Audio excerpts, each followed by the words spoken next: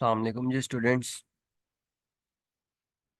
आज हम अपनी MSA 1 की वर्कशॉप का स्टार्ट करते हैं। पहले मुझे कंफर्म कर दिएगा कि आप लोगों को आवाज़ क्लियर आ रही है।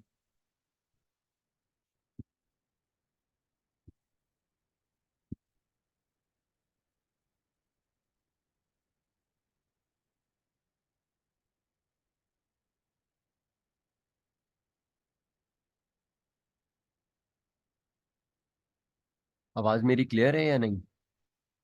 प्लीज़ बता दें।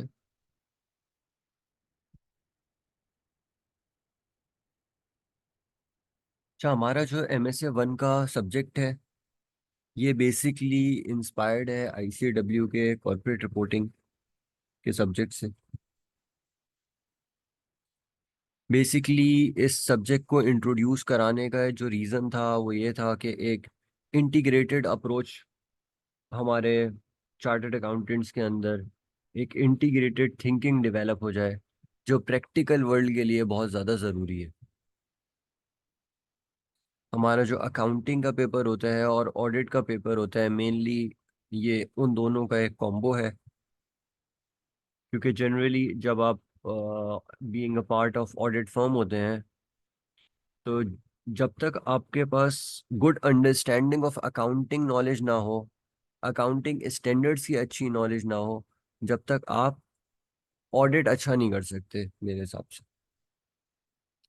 तो दोनों चीज़ें साइड बाय साइड चलती हैं और दोनों पे कमांड हमारा बड़ा ज़रूरी है और दोनों को इंटरलिंक चलाना बड़ा ज़रूरी है।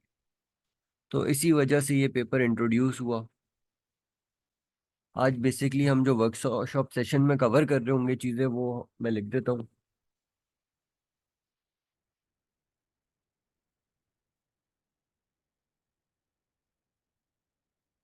जनरल जो हमारे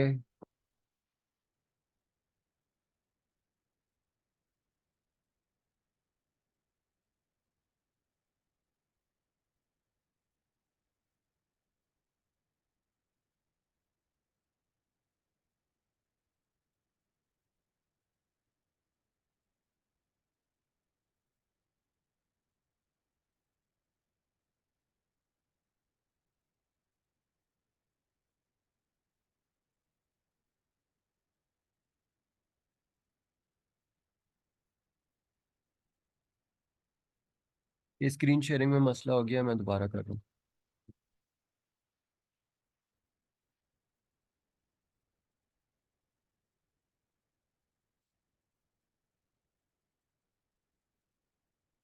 इस पेपर में जनरली जो हमारी रिक्वायरमेंट्स होती हैं उनको हम डिस्कस कर रहे होंगे।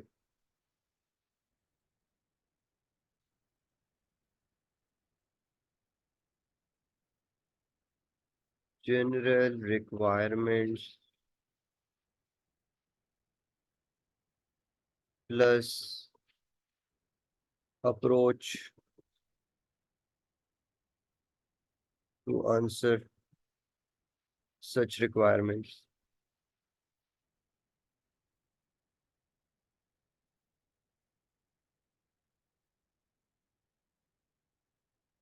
जनरली जो हमारे टेस्टेड क्वेश्चंस होते हैं वो हम देख रहे होंगे।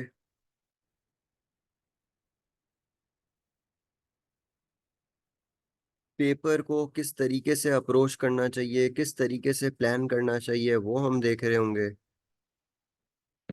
नॉर्मली कौन कौन से एरियाज आई कैप आज तक कवर कर चुका है वो देख रहे होंगे। और लास्टली हम देख रहे होंगे समर 2023 का पेपर।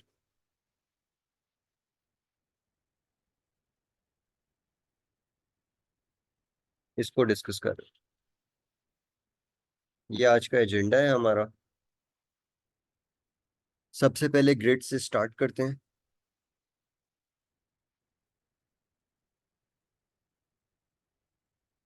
अगर हम ग्रिड इस पेपर की देखें तो सबसे पहला पार्ट आता है फाइनेंशियल अकाउंटिंग एंड रिपोर्टिंग का, यानी कि अपने हमारे जो FR का पेपर है उसका पार्ट आता है। 55 to 60 मार्क्स, सबसे बड़ा पोर्शन जो है वो रिपोर्टिंग का एरिया है। उसके बाद हमारे पास ऑडिट अश्योरेंस का एरिया आता है जो 25 to 35 मार्क्स है। और लास्टली हमारे पास आता है कंपनी लॉ एंड एथिक्स का एरिया जो 5 से 15 मार्क्स है अराउंड। अगर हम देखें तो ये 10 मार्क्स का टेस्ट हो रहा होता है जनरली। इसमें एथिक्स का एरिया ही आ रहा होता है और कंपनी लॉ का एरिया टेस्ट नहीं हो रहा होता है। कोई एक आध अटेम्प्ट ही है जिनमें अब तक कॉर्पोरेट लॉ का एरिया टेस्ट हुआ है, जिसमें बड़े लिमिटेड सेक्शंस कवर्ड हैं हमारे पास, अकाउंट्स वाले, ऑडिट वाले और सीसीजी के रिलेटेड प्रोविजंस। जनरली एथिक्स का एरिया ही इसमें टेस्ट हो रहा होता है। जैसे मैंने आप लोगों को बताया कि to be a good auditor, financial reporting concept जब तक आपके अच्छे नहीं होंगे, जब तक ऑडिट भी अच्छा नहीं होगा, तो उस बात की जो एविडेंस है वो ये है कि इसका आप देखें तो फाइनेंशियल रिपोर्टिंग का मार्किंग ज़्यादा है एज कंपेयर टू हमारे ऑडिट का एरिया। पेपर का स्ट्रक्चर अगर हम बात करें तो कैसा होता है?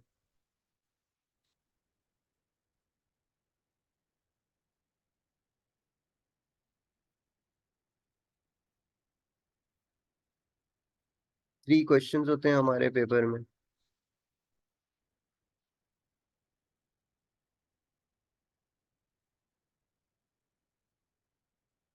क्वेश्चन नंबर 1 जनरली 50 मार्क्स का होता है। ये एक ठीक ठाक बड़ा क्वेश्चन होता है और इसमें डिफरेंट एग्जिबिट्स, डिफरेंट एनेक्चर्स और डिफरेंट रिक्वायरमेंट पे फैला हुआ ये क्वेश्चन होता है। अब आई कैप के इस पेपर में अच्छी बात क्या है वो भी हम थोड़ा सा डिस्कस कर लेते हैं कि इवन ये होता तो 50 मार्क्स का क्वेश्चन है, लेकिन अभी हम जब रन थ्रू करेंगे अपने पेपर को समर 2023 के, तो आइडिया होगा कि इवन दिस 50 मार्क्स के ओवरऑल क्वेश्चन में भी डिफरेंट सब पार्ट्स आपको नजर आएंगे जो हमारे अप्रोच में काफी ब्रेक डाउन करने में हेल्प आउट कर देते हैं। क्योंकि अगर कंप्लीट एक ही सिंगल क्वेश्चन आ जाए तो हमें समझ नहीं आएगा किसको क्या वेटेज देनी है। तो क्योंकि मार्क्स ब्रेक डाउन होते हैं तो उस हिसाब से हम चीज़ों को अप्रोच कर सकते हैं। ये क्वेश्चन जनरली एक इंटीग्रेटेड क्वेश्चन आता है जिसमें ऑडिट, अकाउंटिंग दोनों का एरिया शामिल होता है। और इसमें जनरली कोई पोटेंशियल ट्रांजैक्शंस आ जाएगी, एथिक्स का एरिया भी टेस्ट हो रहा होगा, तो एक बड़ा कॉम्प्रिहेंसिव क्वेश्चन होता है। क्वेश्चन नंबर 2 जनरली दो चीज़ों में आ रहा होता है। सबसे ज्यादा कॉमनली जो क्वेश्चन नंबर 2 में चीज टेस्ट हो रही होती है वो हमारे कंसोलिडेशन का एरिया या ग्रुप अकाउंटिंग का एरिया है।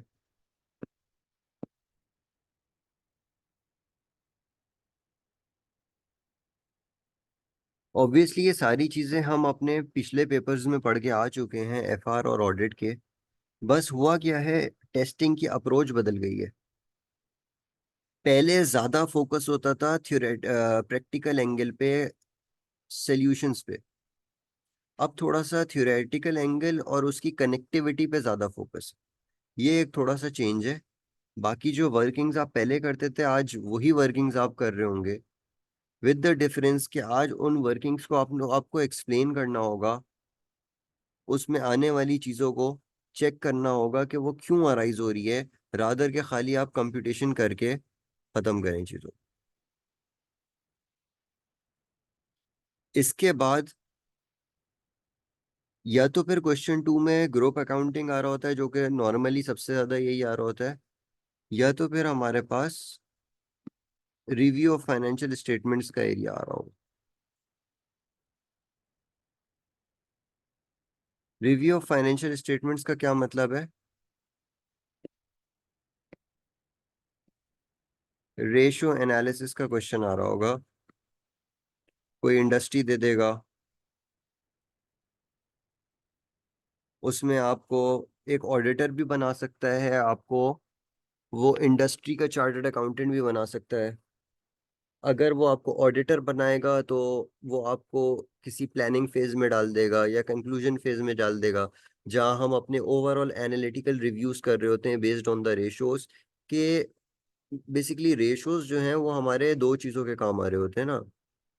कोई बड़ा रिस्क है उसको आइडेंटिफाई करने के लिए भी, एज अ प्लानिंग स्टेज, और एज अ कंक्लूजन स्टेज ये चेक करने के लिए कि जितनी भी मेजर फ्लक्चुएशंस हैं, क्या हमने उनको एड्रेस करने के लिए काम कर लिया है प्रॉपरली या नहीं, या अभी भी कोई ऐसी चीज है, कोई ऐसा रेशो है, कोई ऐसे फ्लक्चुएशंस हैं जो अनआइडेंटिफाइड हैं, अनएक्सप्लेन्ड है हमारे लिए।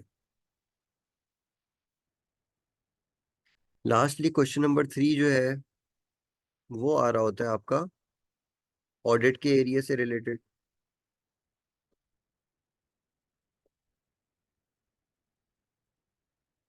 इसमें जो ऑडिट का एरिया आ रहा होता है,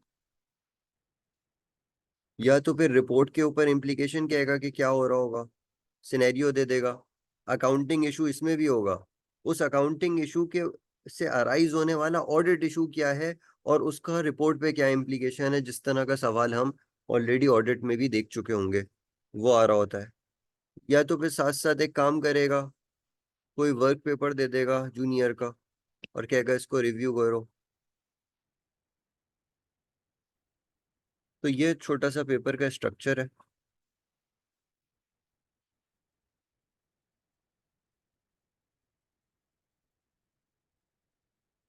इस पेपर में हमें जनरली क्या चैलेंजेस फेस हो रहे हैं वो भी देख लेते हैं। यानी कि एग्जामिनर कमेंट्स की अगर हम बात करें तो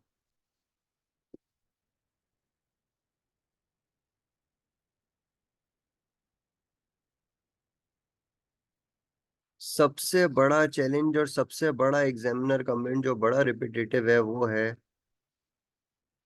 टाइम मैनेजमेंट का।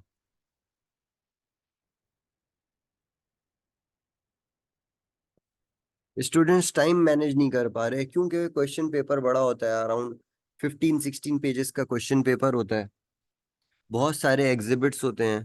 तो इस तरह का क्वेश्चन जब तक आप अच्छी प्रैक्टिस नहीं करके जाएंगे, इवन आप कॉन्सेप्चुअली स्ट्रांग भी क्यों ना हो, आपको डिफिकल्टी फेस हो रही होगी कि आप आगे कैसे लेके चलें चीज़ों को। रीजन बीइंग कि इवन कॉन्सेप्ट है, जब तक आप अप्रोच पे क्लियर नहीं है अपनी कि किस तरीके से चीज़ों को लिखना है, किस तरीके से चीज़ों को सॉल्व करना है, आप घूमते रहेंगे। और इन पर्टिकुलर क्वेश्चन जो नंबर 1 है ना, 50 मार्क्स वाला, सबसे ज्यादा ये देखा गया है कि वो क्वेश्चन स्टूडेंट्स का टाइम बिल्कुल खराब करवा देता है। तो या तो फिर आप बिल्कुल कॉन्फिडेंट हो, तो फिर आप क्वेश्चन नंबर 1 सबसे पहले करें और रीडिंग टाइम को यूटिलाइज करते हुए उसको अप्रोच करें। अदरवाइज क्वेश्चन नंबर 2-3 पहले करके फिर क्वेश्चन नंबर 1 में जाएं, ताकि रिमेनिंग टाइम उस पर लगे। कोशिश ये करें कि पेपर पूरा ज़रूर करें। इस पेपर में सफिशिएंट मार्क्स मौजूद हैं और बड़े इजी मार्क्स मौजूद हैं। अगर आप पेपर को पूरा अटेम्प्ट करने पे जाते हैं तो पासिंग के चांसेस काफ़ी हाई हो जाते हैं। इसके अलावा जो हमारे पास इस पेपर को करने के लिए हमें चीज़ें चाहिए, वो हमें पुराने कॉन्सेप्ट्स का रिव्यू चाहिए। अब ये रिव्यू कैसे किया जाए ये भी एक इम्पॉर्टेंट एस्पेक्ट है। क्या मैं सारे सारे पुरानी चीज़ें निकाल के देखने लग जाऊं, एफआर के क्वेश्चन सॉल्व करने लग जाऊं? तो बिल्कुल नहीं। एक बर्ड्स आई व्यू करना है, एक रिव्यू करना है हमें खाली।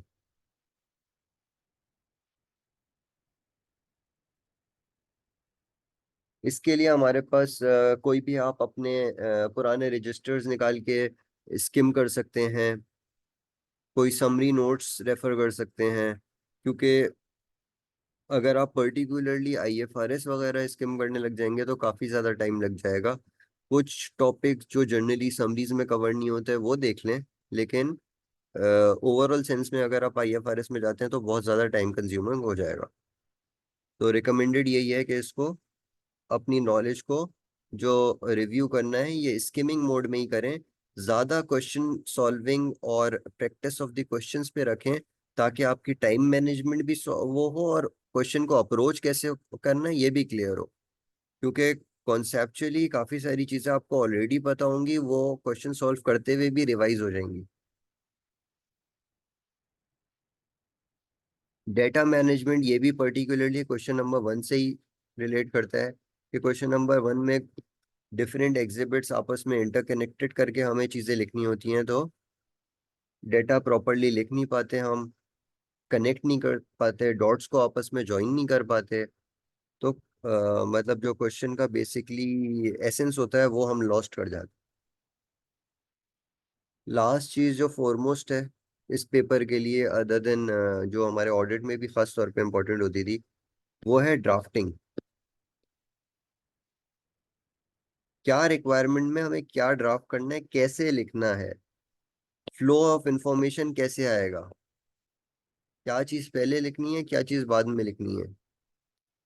ये मेरे मोटे मोटे चैलेंजेस हैं, जिसमें सबसे ज्यादा जो आप लोगों को प्रैक्टिस करके टाइम मैनेजमेंट पे फोकस करना है। डेटा मैंने जब आप सवाल सॉल्व करेंगे तो ऑटोमेटिकली डेटा मैनेजमेंट और इवेंट ड्राफ्टिंग भी हो जाएगी, लेकिन ड्राफ्टिंग में फिर भी थोड़ा सा एक फोकस रखती है। ये दो मेरे हिसाब से ज्यादा की हैं, क्योंकि रिव्यू ऑफ कॉन्सेप्ट्स तो हो ही जाता है, या हमारी एग्जिस्टिंग जो नॉलेज बेस है वो भी मोर देन इनफ होती है अगर हमने रिसेंटली ही रिपोर्टिंग और ऑडिट का पेपर दिया है। अगर थोड़ा ज़्यादा टाइम हो गया तो फिर इसमें भी थोड़ा सा काम करना चाहिए। अब आ जाते हैं जो डिफरेंट सॉर्ट ऑफ रिक्वायरमेंट्स हमारे पास आ रही होती हैं MSA 1 की, उसको देख लेते हैं, और हर तरीके के क्वेश्चन को हमें कैसे अप्रोच करना है। जो बार बार मैं कह रहा हूँ ना, फ्लो ऑफ इंफॉर्मेशन किस सीक्वेंस में आएगा, ये देख लेते हैं। सबसे पहले हमारा जो एक टाइप ऑफ क्वेश्चन है वो रिव्यू ऑफ फाइनेंशियल स्टेटमेंट्स का है। रिव्यू ऑफ फाइनेंशियल स्टेटमेंट्स यानी कि रेशियो एनालिसिस, जो हमने अभी डिस्कस किया, बहुत ज़्यादा टेस्टेड नहीं है। तो बहुत ज़्यादा टेस्टेड नहीं है ये वाला क्वेश्चन टाइप, लेकिन आ रहा होता है अक्सर।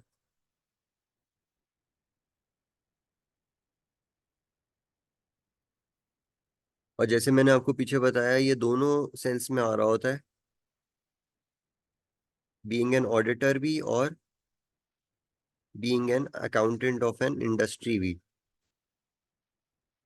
इंडस्ट्री में आपको इस तरह का सिनेरियो दे सकता है कि बोर्ड को रिपोर्ट प्रेजेंट करनी है, रेशोज निकाल के उनके रीजनिंग बताएं। प्लस यहाँ पे क्योंकि एक प्रैक्टिकल सॉर्ट ऑफ सब्जेक्ट है, यहाँ पे आपको वो ओपन भी रखेगा कि बहुत सारी चीज़ें हमें अननोन दे देगा, और कहेगा कि यार जहाँ पे इंफॉर्मेशन मिसिंग है तो आप खुद चेक करके बताओ, या क्या इंफॉर्मेशन आपको फर्दर रिक्वायर्ड है to make a reasoned conclusion, to elaborate further कि क्यों हमारे रेशोज डिटोरिएट हो रहे हैं या क्यों हमारे रेशोज इम्प्रूव हो रहे हैं। उन सारी चीज़ों को चेक करने के लिए आपको एडिशनल इंफॉर्मेशन क्या चाहिए वो भी रिक्वेस्ट करो। तो ये पूरा एक फ्लो इस तरीके से, इस तरह के क्वेश्चन को अप्रोच हमें ऐसे करना चाहिए। सबसे पहले तो हम सारे जो हमारे रेशोज हैं, ऑल पॉसिबल रेशोज, उनको हम कंप्यूट करके निकाल लें। बैलेंस शीट रेशोज भी, P&L रेशोज भी, इवन कैश फ्लो मैनेजमेंट से रिलेटेड रेशोज। फिर हमारा सेकंड पॉइंट ये होना चाहिए कि जो हमारे पास सिनेरियो गिवन है वो हम पूरा पढ़ लें, और purpose of the ratio analysis पढ़ लें। यानी कि पर्पस बोर्ड को कमेंट देना है कि ऑडिट का रिस्क निकालना है। ये पर्पस बड़ा इंपॉर्टेंट है, ताकि हम उन रेशियोज को कनेक्ट करवा सकें जो हमारा स्पेसिफिक पर्पस है उससे।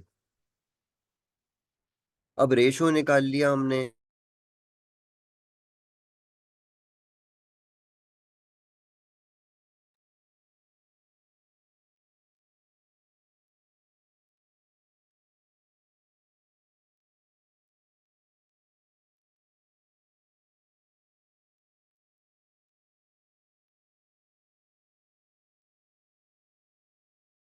अब रेशो हमने निकाल लिया, सिनेरियो पढ़ लिया, अब हमें ये देखना है पर्पस के अकॉर्डिंगली हमें चीज़ें आइडेंटिफाई करनी है।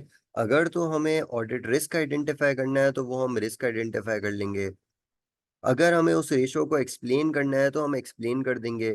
फॉर एग्जाम्पल, रेवेन्यू हमारा 10 ट्वाइस बढ़ गया, डबल हो गया, जबकि हम देख रहे थे कि प्राइस हमारी खाली 10% बढ़ी है, फॉर एग्जाम्पल। तो हम कहेंगे यार ये डबल कैसे हो गया, इसके पीछे कोई ना कोई रिस्क फैक्टर हो सकता है। तो हर एक एक रेशो पे आपको कमेंट करते हुए ये देखना पड़ेगा कि क्या कोई रिस्क एग्जिस्ट करता है कि नहीं। और अगर आप इंडस्ट्री के चार्टर्ड अकाउंटेंट हैं तो क्या बोर्ड को क्या प्रेजेंट करें कि इसके पीछे अंडरलाइन फैक्टर क्या है जो ये रेशो चेंज हुआ है, क्योंकि जो गिवन इंफॉर्मेशन है उसके अकॉर्डिंगली तो ये रेशो उतना चेंज नहीं होना चाहिए था जो हमारे पास रिजल्ट्स आ रहे हैं एक्चुअली। तो ये टोटल फ्लो है इस तरह के सवाल को अप्रोच करने का। रेशो का रीजन एक्सप्लेन करेंगे, रेशो निकालेंगे, सिनेरियो से कनेक्ट करके ये देखेंगे क्या वो ratio as per the scenario work out कर रहा है या बहुत ज्यादा फ्लक्चुएशन हमारे एक्सपेक्टेड फ्लक्चुएशन से चेंज है। इसमें एक्सपेक्टेड फ्लक्चुएशन थी 10% प्राइस की क्वांटिटी, फॉर एग्जांपल हमने कहा थोड़ी सी बढ़ जाएगी तो 20-25% इंक्रीज आना चाहिए था, डबल हो गया, 100% बढ़ गया। ये तो अनएक्सपेक्टेड चीज है ना। ये इन्वेस्टिगेशन रिक्वायर्ड वाली चीजें आ जाती हैं। ऑडिट के पर्सपेक्टिव से देखें तो रिस्क वाली चीजें आ जाती हैं।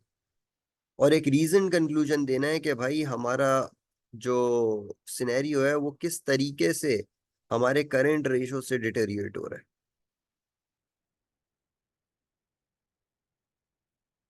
सेकंड जो मोस्ट कॉमन रिक्वायरमेंट है हमारे पास वो है फाइनेंशियल रिपोर्टिंग इम्प्लीकेशन की, या फाइनेंशियल रिपोर्टिंग इश्यूज या ट्रीटमेंट की। ये बेसिकली अकाउंटिंग इशू की रिक्वायरमेंट होती है। दो तरीके से ये वाली रिक्वायरमेंट टेस्ट हो रही होती है। नंबर वन, या तो फिर आपको एक एग्जिस्टिंग ट्रांजैक्शन दे देगा जिसमें बोलेगा मैनेजमेंट ने ये काम किया इस ट्रांजैक्शन में। फिर आपने चेक करना पड़ेगा कि फाइनेंशियल रिपोर्टिंग इम्प्लीकेशन क्या होनी चाहिए थी। और इस तरह के सवाल में आपको ये भी बताना पड़ेगा सबसे पहले कि कौन से स्टैंडर्ड की रिक्वायरमेंट्स थी, या इस क्या स्टैंडर्ड्स की रिक्वायरमेंट थी क्या जो अप्लाई होनी चाहिए थी। सेकेंडली, जो हमारे मैनेजमेंट ने पहले से किया हुआ है क्या वो सही किया हुआ है या गलत, उस पे कमेंट। अगर गलत किया हुआ है तो क्यों गलत किया हुआ है, उस पे कमेंट। और थर्डली, रिपोर्टिंग रिक्वायरमेंट को जो हमने ऊपर स्टैंडर्ड की रिक्वायरमेंट दी होगी उसको अगर हम अपने गिवन सिनेरियो में प्लेस करें तो क्या रिजल्ट्स आएंगे, क्या कंक्लूजन निकलेगा, ये हमें बताना होता है। इसकी सिंपल सी एग्जांपल ये है कि एक लीज अरेंजमेंट में कंपनी एंटर हुई, सेल एंड लीज बैक। अब वो sale and lease back sale है कि नहीं है, इसके बारे में आपका कमेंट आ सकता है। क्या वो sale and lease back financing arrangement है या sale and lease back arrangement है, वो पूरी चीज आपने खुद गिवन सिनेरियो से पिक करके लिखनी पड़ेगी और अपना कमेंट देना पड़ेगा। और कोई ना कोई पहले से जो ट्रांजैक्शन को अकाउंट फॉर किया हुआ होगा वो भी दिया हुआ होगा, यानी कि जो गलत काम किया हुआ होगा वो भी दिया हुआ होगा, तो उस पर भी कमेंट करना होगा कि ये इस तरह नहीं होना चाहिए था। सेकंड, ये रिपोर्टिंग इम्प्लीकेशन आपसे एक न्यू प्रोपोज ट्रांजैक्शन के बारे में भी कह सकते हैं।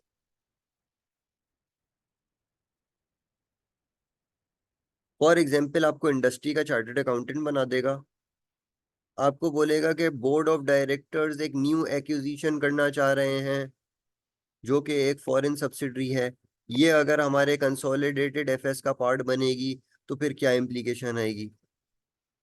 फिर आप बताएंगे इसको कैसे रिकग्नाइज करेंगे, इसको इसकी गुडविल कैसे आएगी। तो दो फॉर्म में सबसे ज्यादा कॉमनली आस्क्ड रिक्वायरमेंट्स में से एक रिक्वायरमेंट है, most important and most asked requirement. हर सवाल में इस तरह की रिक्वायरमेंट जरूर नजर आएगी। ऑडिट रिस्क किस तरह लिखना है ये तो आप लोगों को पहले से ही आता है। एक रिस्क लाइन रिस्क स्टेटमेंट लिखनी होती है कि रिस्क एक्चुअली है क्या, यानी कि अंडर स्टेटमेंट का रिस्क, ओवर स्टेटमेंट का रिस्क, पर्टी वैल्यूएशन का रिस्क, क्या रिस्क है और रिस्क का फैक्टर क्या है। क्या ऐसा इवेंट है, क्या ऐसी वजूहात हैं जिसकी वजह से आप कह रहे हैं ये ओवर स्टेटमेंट का या अंडर स्टेटमेंट का रिस्क आया है। For example, complex accounting treatment भी हो सकता है, lack of controls in the entity भी हो सकता है, lack of knowledge within the existing management भी हो सकता है, फ्रॉड रिस्क फैक्टर्स भी हो सकते हैं। तो ये कुछ रीजंस हैं जिसकी वजह से रिस्क अराइज हो रहा होता है। तो रिस्क जब भी लिखें रिस्क फैक्टर के साथ लिखें, और रिस्क लाइन रिस्क स्टेटमेंट तो आई जाएगी। ऑडिट प्रोसीजर्स आप लोगों को पता होगा किस तरीके से लिखते हैं।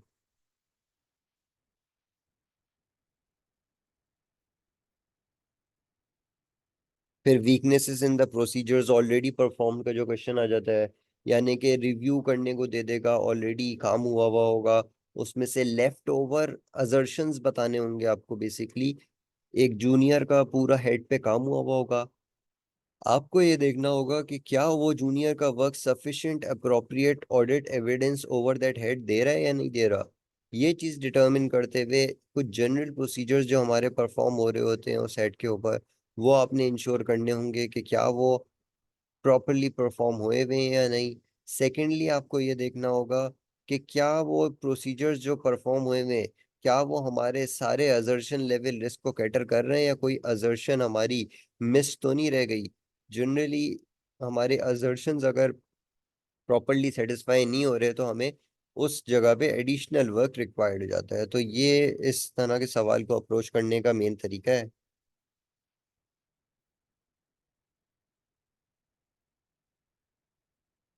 लास्टली हमारे पास impact on the audit report का सवाल आ जाता है। इम्पेक्ट ऑन ऑडिट रिपोर्ट ये हम ऑलरेडी ऑडिट के पेपर में देख चुके हैं। यहाँ पे जनरली जो आता है वो आता है उसके साथ, ऑडिट इशू के साथ, अकाउंटिंग इशू के साथ, सॉरी। अकाउंटिंग इशू दे रहा होगा और कहेगा अगर मैनेजमेंट इसको कुछ नहीं करे तो फिर क्या होगा, या कहेगा कि आप बताएं इसमें हमें क्या करना चाहिए, अकाउंटिंग इशू किस तरह डील होना चाहिए, और अगर मैनेजमेंट ने ये काम किया हुआ है या मतलब गलत तरीके से अकाउंट फॉर किया हुआ है तो आपकी क्या रिस्पॉन्सिबिलिटी है उसकी, उसके ऊपर। इस तरह के सवाल में भी सबसे पहले कंसर्न इज द ऑडिटर, क्या गलत हुआ है ये आप देखेंगे। अकाउंटिंग स्टैंडर्ड की रिक्वायरमेंट लिखेंगे कि ये है और किस तरीके से ट्रांजैक्शन अकाउंट फॉर होनी चाहिए। फिर फोरमोस्ट मटीरियलिटी, और फिर आप लिखेंगे मैनेजमेंट से किस तरीके से आप बात करेंगे। क्या मतलब, दोस्त चार्ज विद गवर्नेंस से डिस्कशन, मैनेजमेंट से डिस्कशन करेक्शन के लिए अगर वो ऐसी ही मटेरियल है। बेसिकली मिस स्टेटमेंट जो है ना वो 3 लेवल्स पे जा सकती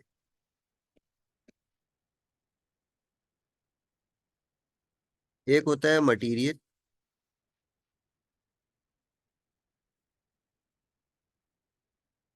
एक होता है नॉट मटेरियल,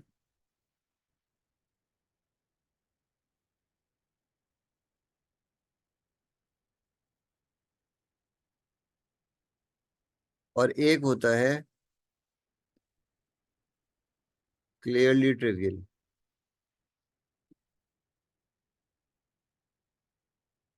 तो इस चीज का आपको बड़ा ध्यान रखना है कि कब मिस स्टेटमेंट मटेरियल है, कब नॉट मटेरियल है, कब क्लियरली ट्रिवियल है। अगर मटेरियल होगी तो हमें क्या अप्रोच आगे रखनी पड़ेगी, मॉडिफिकेशन पे जाएंगे। अब वो मॉडिफिकेशन किसी भी 3 तरह के में से हो सकती है, क्वालिफाइड, एडवर्स, डिस्क्लेमर। अगर नॉट मटेरियल है लेकिन क्लियरली ट्रिवियल से ऊपर है तो फिर हमें सेट टेम्पलेट यानी कि समरी ऑफ ऑडिट डिफरेंसेस में जाके बोर्ड मेंबर्स को कंकरेंस लेनी पड़ेगी अंडर द रिप्रेजेंटेशन लेटर।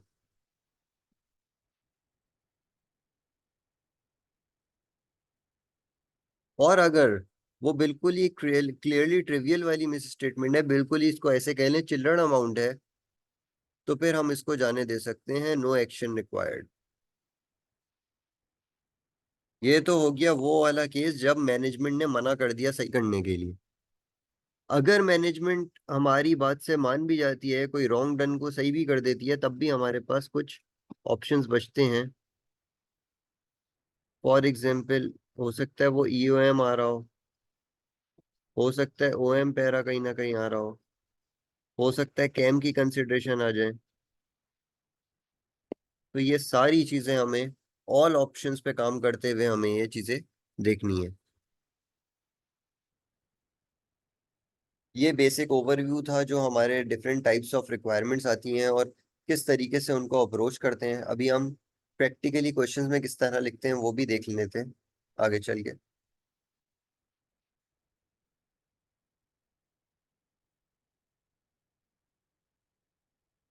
अब हम देख लेते हैं नॉर्मल जो एरियाज हमारे टेस्ट हुए हैं in particular to accounting areas. सबसे ज्यादा आपके अकाउंटिंग आपको ऑडिट, अगर आप प्रैक्टिकली आज भी इन्वॉल्व हैं तो MSA 1 के पेपर में जो मेरी अपनी असेसमेंट है वो ये है कि आपको बहुत ज्यादा डिफिकल्टी पेश नहीं आ रही होगी। सिंपली जो आपका ऑलरेडी नॉलेज बेस है वो आपको इजीली एटलीस्ट ऑडिट की एक्सटेंड तक तो कोई मुश्किल नहीं क्रिएट हो रही होगी। जहां भी होगा अकाउंटिंग कॉन्सेप्ट्स की रिवीजन, अकाउंटिंग कॉन्सेप्ट्स का रिव्यू, ये आपको एक डिफिकल्टी इस एक्सटेंट तक नजर आ रही होगी।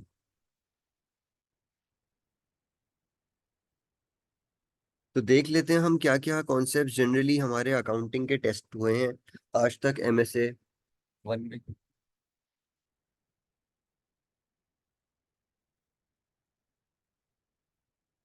सबसे ज्यादा हमारा कंसोलिडेशन का एरिया टेस्ट होता है। तीन स्टैंडर्ड्स काफी ज्यादा इंपॉर्टेंट है। एक, ग्रुप का एरिया।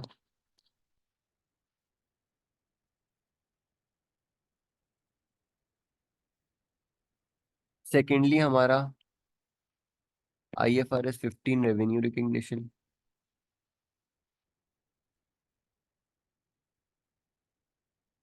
थर्ड हमारा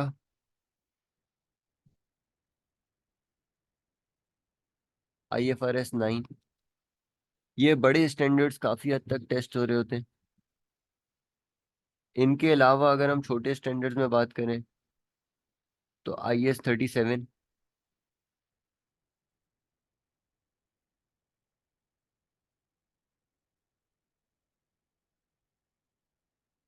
देख लेते हैं जल्दी से कि ग्रुप में कौन कौन से ये चीजें हमारी टेस्ट हुई हुई हैं। कंट्रोल लॉस्ट का एरिया, ये काफी हद तक हम फेमिलियर होंगे अकाउंटिंग में भी, अपने FR के पेपर में भी। मिड ईयर स्ट्रक्चरल चेंजेस, ये भी अक्सर होता रहता है। सब्सिडी टू एसोसिएट कन्वर्जन, जब हम डिस्पोजल करते हैं कंट्रोल लॉस्ट होता है, तो वो कंट्रोल लॉस्ट कंप्लीटली इन्वेस्टमेंट खत्म भी हो सकती है और वो इन्वेस्टमेंट एसोसिएट में भी कन्वर्ट हो सकती है। तो ये वाली सारी चीजें हमें पता है। बस खाली अप्रोच इस पेपर की ये चेंज हो रही होगी कि हमें एक डिस्क्रिप्टिव फॉर्म में उन वर्किंग्स को, उन इम्प्लीकेशंस को एक्सप्लेन भी करना पड़ रहा होगा। फॉरेन कंसोलिडेशन और इस पे आने वाला एक्सचेंज ट्रांसलेशन इम्पैक्ट्स, इनकी एक्सप्लेनेशन ये भी हम फेमिलियर होंगे। गुडविल की कंप्यूटेशन, डेफर्ड कंसिडरेशन को कैसे इंक्लूड करना है, गुडविल की impairment, determination of types of interest, ये थोड़ा सा इंपॉर्टेंट एरिया होगा जो हमारे लिए थोड़ा सा न्यू भी होगा, जो अक्सर टेस्ट कर रहा होता है। इसमें क्या होता है MSA 1 में बेसिकली अक्सर इस तरह का क्वेश्चन आता है कि टाइप ऑफ इंटरेस्ट आपने डिटर्मिन करना होता है, यानी कि टाइप ऑफ इन्वेस्टमेंट आपने डिटर्मिन करनी होती है। होगा क्या, वो बोल देगा ये हमने एक कंपनी एक्वायर की है। अब आपने ये देखना है कि वो कंपनी जो एक्वायर की है, क्या आया वो हमारी सब्सिडरी है, एसोसिएट है, एक जॉइंट अरेंजमेंट के फॉर्म में है। अगर जॉइंट अरेंजमेंट के फॉर्म में है तो जॉइंट वेंचर है या जॉइंट ऑपरेशन है। ये सारी चीजों का आपको डिफरेंस पता होना चाहिए कि सब्सिडरी कब बननी है, जब कंट्रोल आना है। कंट्रोल कैसे पता चलेगा है। एसोसिएट कब बननी है, जब सिग्निफिकेंट इन्फ्लुएंस आना है। सिग्निफिकेंट इन्फ्लुएंस किस तरीके से आता है, बोर्ड की पार्टिसिपेशन का क्या मतलब होता है। जॉइंट अरेंजमेंट्स यानी कि जॉइंट कंट्रोल के केसेस क्या होते हैं। कब ऐसा होगा कि मेरी कम होल्डिंग भी मुझे एसोसिएट के बजाय जॉइंट जॉइंट कंट्रोल दिलवा रही होगी, ना कि मुझे सिग्निफिकेंट इन्फ्लुएंस दिलवा रही हो। तो ये सारी चीज़ें हमें प्रॉपरली आइडेंटिफाइड होना चाहिए। ये काफ़ी इम्पोर्टेंट एरिया है जो अक्सर फ्रिक्वेंटली टेस्ट हो रहा होता है। फिर लॉस ऑफ कंट्रोल, कन्वर्जन, ये सारी चीजें तो हम पहले ही देख चुके हैं। इंट्रा ग्रुप ट्रांजैक्शन के बारे में भी हमें पता है। Joint arrangement, basis and identification, ये इसी से कनेक्टेड है। तो ये सारी चीजें कब सब्सिडरी बनती है, कब एसोसिएट बनती है, कब जॉइंट अरेंजमेंट आता है, ये सारी चीजें बड़ी क्लियरली हमें पता होना चाहिए। कंटिंजेंट कंसिडरेशन जो रिकॉर्ड नहीं हुई हुई सब्सिडरी की बुक्स में, उसको हमें कब रिकग्नाइज करना है, नहीं करना। कंट्रोल लॉस नहीं हो रहा तो फिर क्या होगा। एक कॉन्सेप्ट होता है एक्विजिशन ऑफ अ बिजनेस वाला, तो वो भी काफी इंपॉर्टेंट है इसमें, कि क्या हम एक बिजनेस एक्वायर कर रहे हैं एक बिजनेस कॉम्बिनेशन में, या हम कोई पर्टिकुलर एसेट एक्वायर कर रहे हैं। जरूरी नहीं है कि एक, अगर आप एंटिटी एक्वायर करें यानी कि एक कंपनी के शेयर्स एक्वायर कर लें, तो आपने इन एक्चुअल एक सब्सिडरी इन्वेस्टमेंट एक्वायर करी है। हो सकता है उस बिजनेस के अंदर जो कॉन्सेंट्रेटेड एसेट हो वो सिंगल एसेट हो, और वो कोई कंप्लीट बिजनेस ना हो, लीडिंग टू के भाई हम बिजनेस नहीं एक्वायर कर रहे हो, रादर हम कोई एसेट एक्वायर कर रहे हो, इवन इफ हम हमारी acquisition in the form of shares in a company हो। ये भी एक काफी इंपॉर्टेंट कॉन्सेप्ट है। गुडविल की प्रोविजनल वैल्यूज, इन्वेस्टमेंट हमारी हमने करी, अभी सारी फेयर वैल्यूएशन वगैरह कंप्लीट नहीं हुई, और हमने अपनी इन्वेस्टमेंट रिकॉर्ड करनी पड़ गई at the value, because closing date आ गई थी। एफएस हमें रिकॉर्ड करने थे, एफएस क्लोज करने थे। तो अब ऐसी सिनेरियो में हम क्या करेंगे।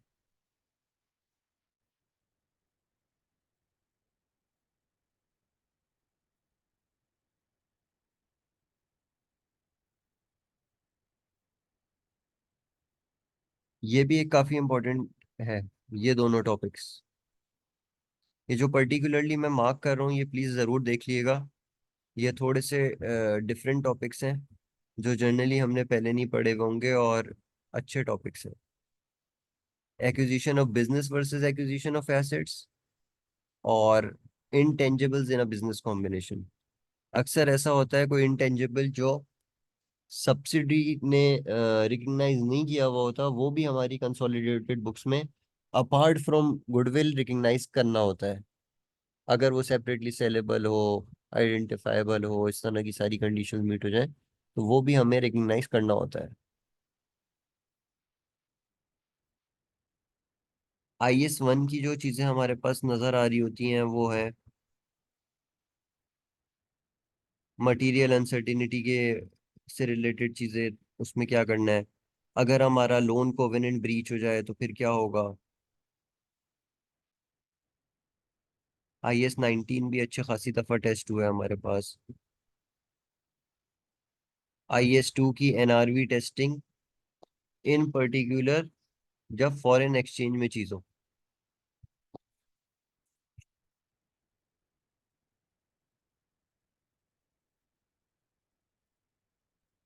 IS 37 एक काफी हद तक टेस्टेड नजर आएगा, 38 भी टेस्टेड नजर आएगा। IS 40 भी अच्छा खासा इंपॉर्टेंट है। 15 में, IFRS 15 में, जब भी इस तरह IFRS 15 का सवाल है, हमें सारे स्टेप्स को देखते हुए आगे जाना चाहिए, और ये देखना चाहिए फिर क्या रिकॉर्ड होगा। जनरली आइडेंटिफिकेशन ऑफ PO जो है वो एक चैलेंज होता है एक गिवन ट्रांजैक्शन में, और इस तरह की चीजें काफी हद तक टेस्टेड है। IFRS 16 में sale and lease back arrangement काफी सबसे ज्यादा फेवरेट टॉपिक है एग्जामिनर को। IFRS 9 है बहुत बड़ा, तो इसकी टेस्टिंग भी काफी वाइड है। हेज से लेके ECL की इम्प्लीकेशन से लेके टाइप क्लासिफिकेशन ऑफ इन्वेस्टमेंट तक काफी सारी चीजें टेस्ट हुई हैं। इसका पूरा निचोड़ करें तो हमारी अप्रोच ये होनी चाहिए कि हम इस तरह के टॉपिक्स की लिस्ट सारी देख लें, और ये अपने पास चेक कर दें कि भाई हमने ये सारे टॉपिक्स कवर किए हुए हैं कि नहीं किए हुए। काफ़ी इंपॉर्टेंट है ये वाली चीज़, क्योंकि बहुत सारे ऐसे एंगल्स आपको यहाँ पे मिलेंगे जो आप शायद अपने एफआर के पेपर में कवर करके नहीं आए हो, और उसमें पूरा पूरा क्वेश्चंस के पार्ट बन रहे होते हैं, तो इसीलिए बड़ा इंपॉर्टेंट है इस लिस्ट की कंप्लीटनेस को इंश्योर करना।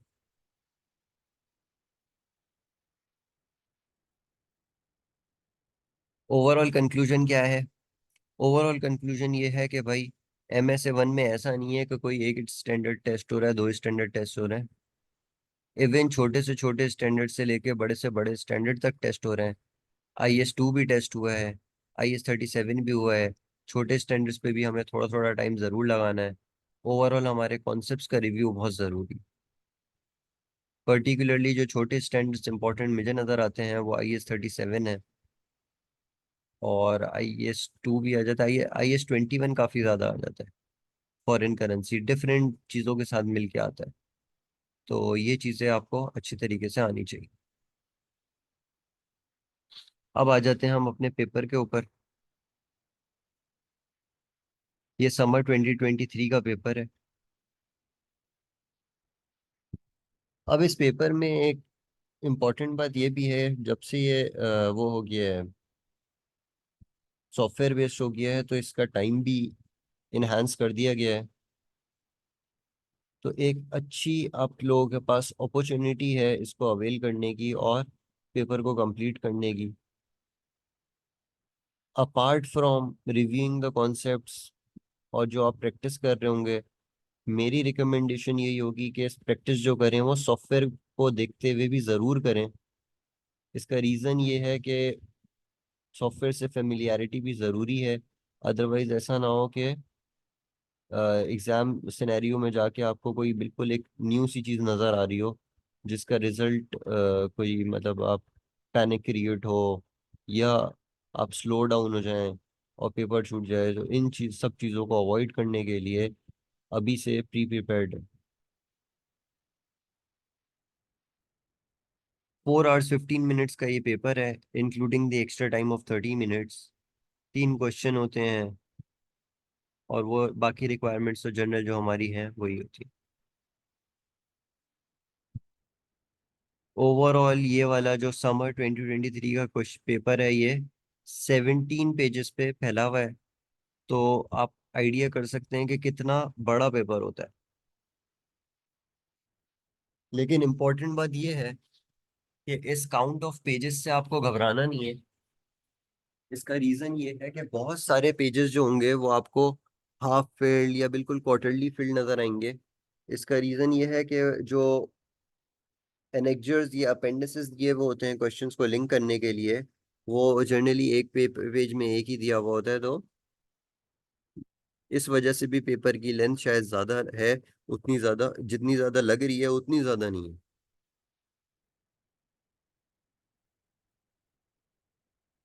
ये क्वेश्चन नंबर 1 है जो 50 मार्क्स वाला है।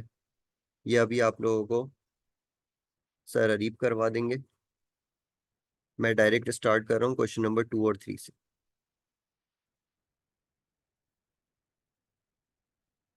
क्वेश्चन नंबर 2 जनरली जैसे मैंने आपको बताया, कंसोल पे कंसोलिडेशन के कॉन्सेप्ट्स को कवर कर रहा होता है, तो यहाँ पे भी ऐसा ही है।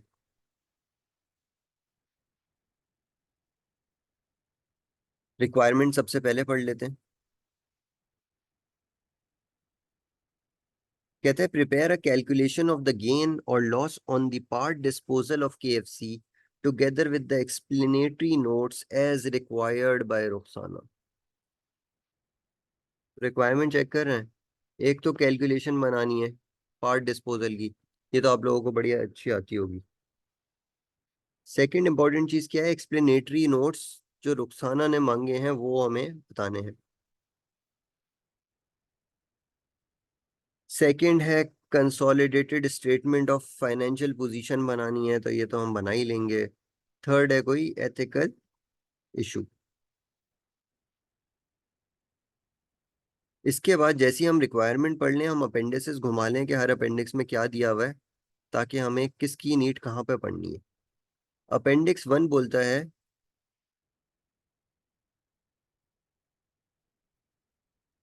अपेंडिक्स 1 बोलता है ये ग्रुप स्ट्रक्चर है बेसिकली।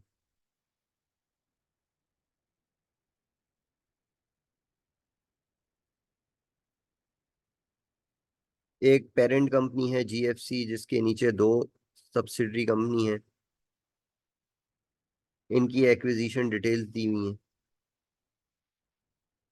ये अपेंडिक्स 1 हो गया। अब ये एक पेज का अपेंडिक्स है। अब टेक्निकली आप देखें, ये आधे पेज से ज्यादा का डाटा नहीं है, इसलिए भी पेजेस थोड़े ज्यादा हैं। अपेंडिक्स 2 में ड्राफ्ट एफएस दिए हुए हैं। स्टेटमेंट ऑफ फाइनेंशियल पोजीशन दी हुई है तीनों एंटिटीज की, पेरेंट की भी, और जो दोनों सब्सिडरीज थी, एक 90 थी और एक शायद 75 थी। एक 75, एक 90।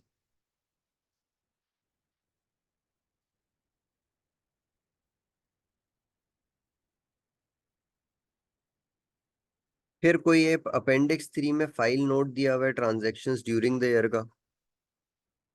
कितनी ट्रांजेक्शन्स हैं ये भी देख लेते हैं।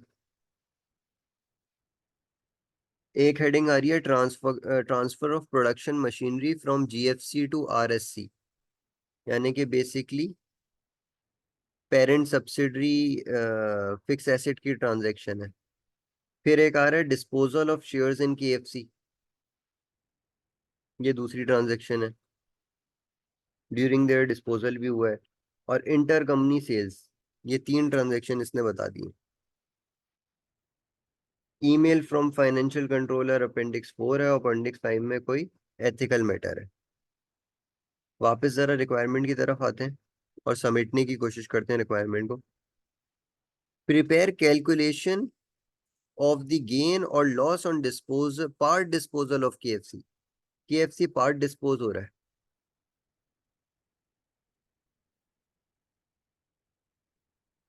अब पार्ट डिस्पोजल ऐसा भी हो सकता है जिसमें हमारे पास कंट्रोल लॉस्ट हो जाए, ऐसा भी हो सकता है कि नॉट लॉस्ट हो। वो हम देख लेते हैं सिनेरियो करके। तो अभी तक जो हमने अपेंडिसेस घुमाए और एक्सप्लेनेटरी नोट्स जो रुखसाना ने रिक्वेस्ट किए हैं वो बताने। ये पांचों अपेंडिक्स में से हमें जो नीड पड़ेगी, जो मुझे ना समझ में आता है, 1 की पड़ेगी। क्यों? क्योंकि 1 में ग्रुप स्ट्रक्चर की डायग्राम दी हुई है। हम काम कब से कर रहे हैं ये भी लिख लेते हैं, ये बड़ा इंपॉर्टेंट है।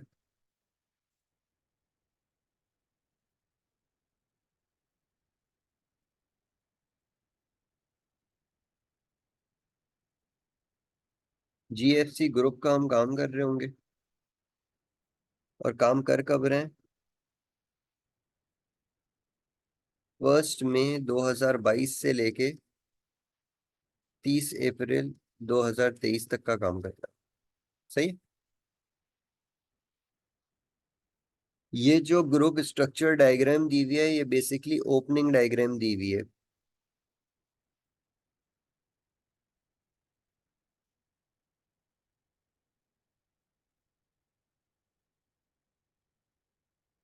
तो ये जो रिक्वायरमेंट नंबर ए है, इसके लिए हमें जो चीज़ों की ज़रूरत पड़ेगी, एक ग्रुप स्ट्रक्चर डायग्राम की पड़ेगी, क्योंकि इसमें एक बैकग्राउंड इंफॉर्मेशन दी हुई थी, हमने देखा।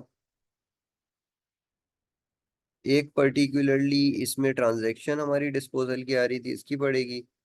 और क्योंकि एक्सप्लेनेटरी नोट्स इन्होंने मांगे और इनकी ईमेल अपेंडिक्स 4 में दी हुई है, तो इसकी नीड पड़ रही होगी। एक बार जल्दी से ऊपर का बैकग्राउंड पढ़ते हैं और फिर स्टार्ट करते हैं इस सवाल को।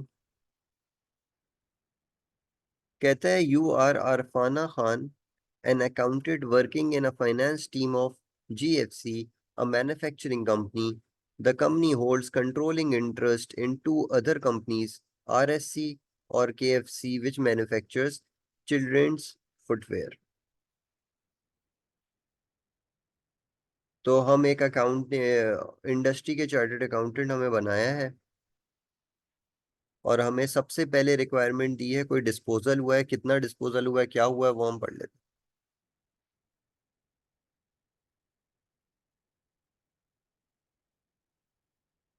ये केएफसी वाली एंटिटी थी, जो डिस्पोजल हुआ है, ये हमारे 75% थी। 1 फरवरी 15 में एक्वायर करी। एनसीआई हम फेयर वैल्यू मेथड में मेजर किया। रिटेन अर्निंग एक्विजिशन में ये थी फेयर, ये सारी एक्विजिशन रिलेटेड डिटेल है, नीचे आ जाते हैं। डिस्पोजल की डिटेल हमें मालूम करनी है। अपेंडिक्स 3 में आ जाते हैं। 2 तो खाली एक ड्राफ्ट एफएस है। 3 में जो एक ट्रांजेक्शन दी हुई है वो है डिस्पोजल इन केएफसी की।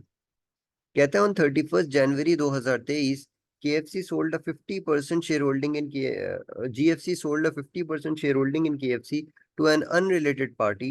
The GFC has retained a 25% shareholding, which gives it significant influence over KFC. तो हुआ क्या है, इस 75 में से 50 हमने बेच दी। रिजल्ट निकला कि 25% हमारे पास बच गई, और ये 25% ने हमारे पास सिग्निफिकेंट इन्फ्लुएंस दे दिया। सिग्निफिकेंट इन्फ्लुएंस का मतलब क्या हो गया, ये हमारी सब्सिडी किस में कन्वर्ट हो गई?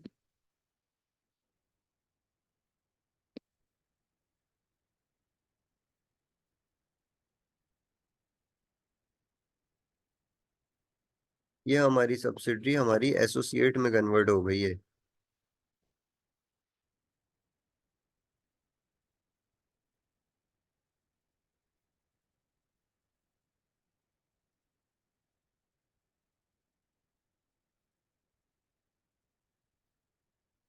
और डेट क्या थी?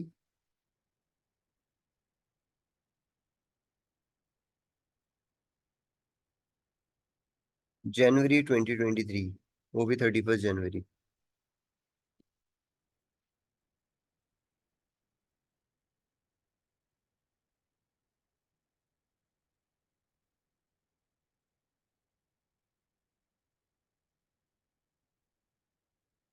का मतलब 9 मंथ्स तक ये हमारी सब्सिडी रहेगी।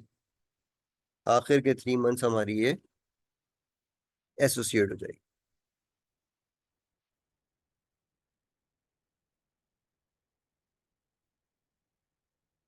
अब अगर हमारा कोई भी सब्सिडी डिस्पोज ऑफ होती है तो होता क्या है? गेन और लॉस निकलता है। वही वर्किंग इसने हमसे मांगी है कि गेन और लॉस की आप मुझे वर्किंग दे दो कि क्या होगी।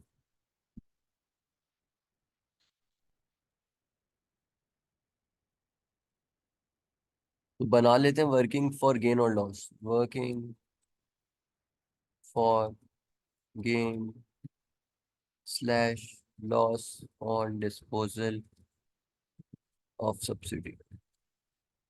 और ये है कौन सा वाला केस? कंट्रोल लॉस्ट वाला केस है। क्यों? क्योंकि अब ये सब्सिडी नहीं रह रही, ये हमारी एसोसिएट बन रही है।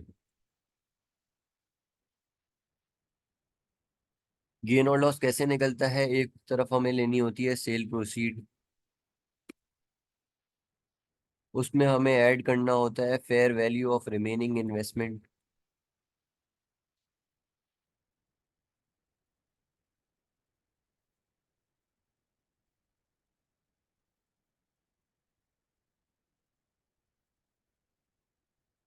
फिर लेस करनी होती है बहुत सारी चीजें।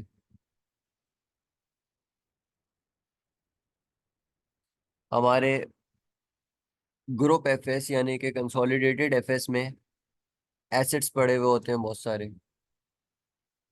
तो नेट एसेट्स एट डिस्पोजल हटाएंगे हम, गुडविल एट डिस्पोजल हटाएंगे, एनसीआई एट डिस्पोजल हटेगा।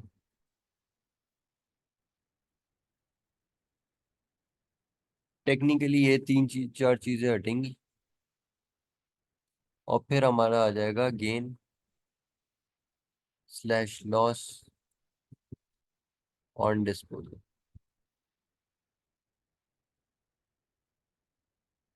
अब इन सब चीजों के लिए हम डेटा गैदर करते हैं।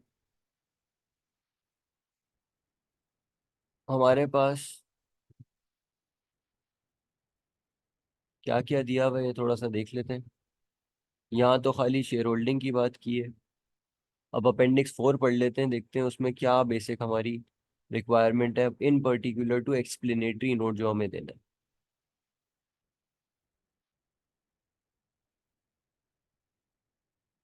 हमें ईमेल आई है फाइनेंशियल कंट्रोलर की तरफ से। हाय अरफाना, I am conscious that we need to move forward with preparing the consolidated financial statement in draft form, ready for the auditors coming. And one aspect of this is replacing GFC's gain on the part disposal of the holding in KFC with the group gain with the consolidated statement of profit or loss. I know that you have recently completed the part of your training that includes advanced consolidation techniques, and I think this is great opportunity for you to pass some of that knowledge on to Mohammed, the first year trainee on the team. Please could you calculate the group gain on the disposal of KFC and prepare explanatory notes for Mohammed so that he understands why the group gain differs from GFC's separate company gain. Also, a reconciliation of the two gains on disposal would help for this purpose. I do not believe that the information on file Appendix 3 has been updated for the disposal, and so the notes below will be useful to you. तो मोटी बात क्या हुई इसमें? एक हमें file note जो explanatory note बनाना था, उसमें क्या हमें लिखना है? वाई रीजन बताना है कि एक होता है हमारा ग्रुप एफएस में गेन, इन्वेस्टमेंट बेचने का, सब्सिडरी बेचने का। एक होता है हमारे सेपरेट एफएस का गेन। इन दोनों में डिफरेंस क्यों आता है, एक बात हमें बतानी है, वाई। दूसरा हमें बोला है कि इन दोनों के दरमियान की रिकॉन भी बनानी है। तो सबसे पहले तो हम गेन कंप्यूट करते हैं, गेन या लॉस जो भी आता है ग्रुप पर्सपेक्टिव से, और फिर हम ये वाला काम करेंगे। यहाँ कोई इंफॉर्मेशन दी हुई है। The disposal was correctly accounted for in GFC's separate financial statement at the date of disposal, giving rise to a gain on disposal of 1150 million. तो यहाँ से क्या बात पता चली कि सेपरेट एफएस में बिल्कुल सही सही काम हुआ हुआ है, और गेन कितना है सेपरेट एफएस का?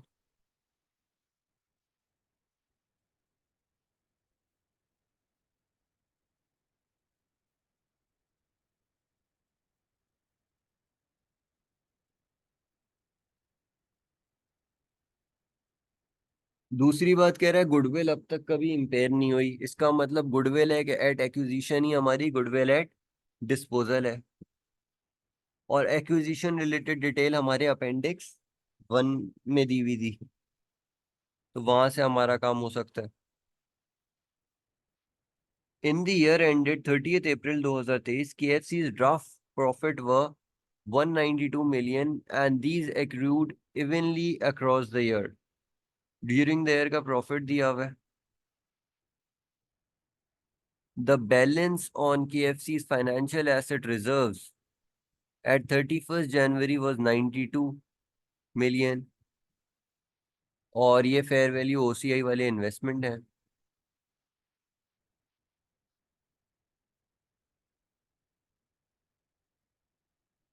प्रॉफिट्स ड्यूरिंग द ईयर कितना है?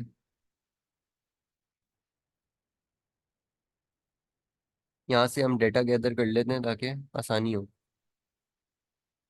ओसीआई गेन टिल डिस्पोजल, ये पूरे साल का नहीं है, खाली डिस्पोजल तक का है, 31st जनवरी तक का है, 92 है।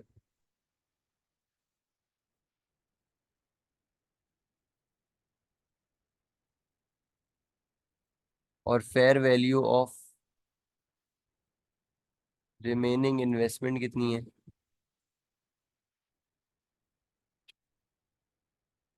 1100 है। ये इन्फॉर्मेशन हमारे पास अवेलेबल है। अब देख लेते हैं ये इन्फॉर्मेशन कैसे यूज हो सकती है हमारे ऊपर की कैलकुलेशन के लिए। सबसे पहले हम कैलकुलेशन कर लेते हैं इसकी, ताकि फिर कोई और काम हो तो वो हम अलग से कर लें, यानी कि रिकॉन बनाना या fair value of remaining investment हमें चाहिए थी।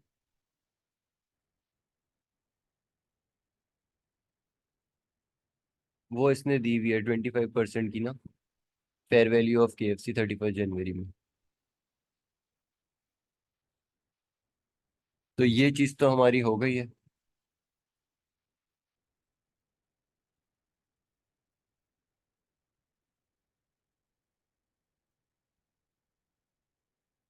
अच्छा, और हमारे पास कोई ऐसी चीज नहीं दी हुई जो इनमें से चीजों को करे। गुडविल के बारे में इसने बोला, गुडविल वही है जो ओपनिंग में थी, कोई इम्पेयर नहीं हुई, तो गुडविल निकाल लेते हैं ओपनिंग में कितनी थी। ये डिटेल्स हमारी दी हुई थी अपेंडिक्स 1 में। परचेज कंसिडरेशन,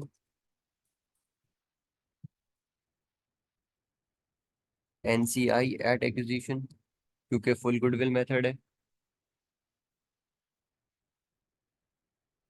और net assets at acquisition.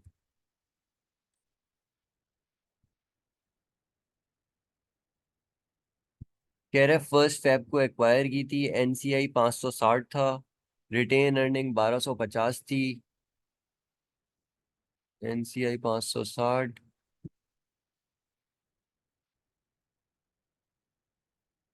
Retain earning 1250,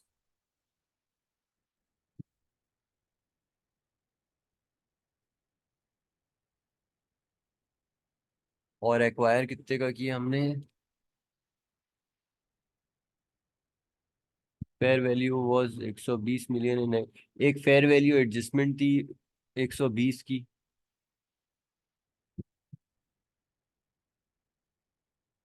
120 की एक फेयर वैल्यू एडजस्टमेंट हो गई, ये रिटेन अर्निंग हो गई, ये फेयर वैल्यू एडजस्टमेंट हो गई। अब परचेज कंसिडरेशन रह गई और नेट एसेट्स के लिए शेयर कैपिटल रह गया।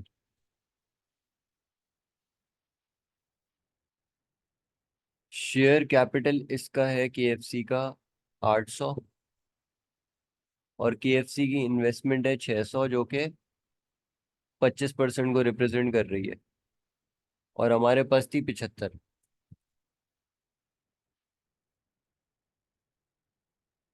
तो 1800 हमारी परचेज कंसिडरेशन है, और 800 हमारा शेयर कैपिटल है।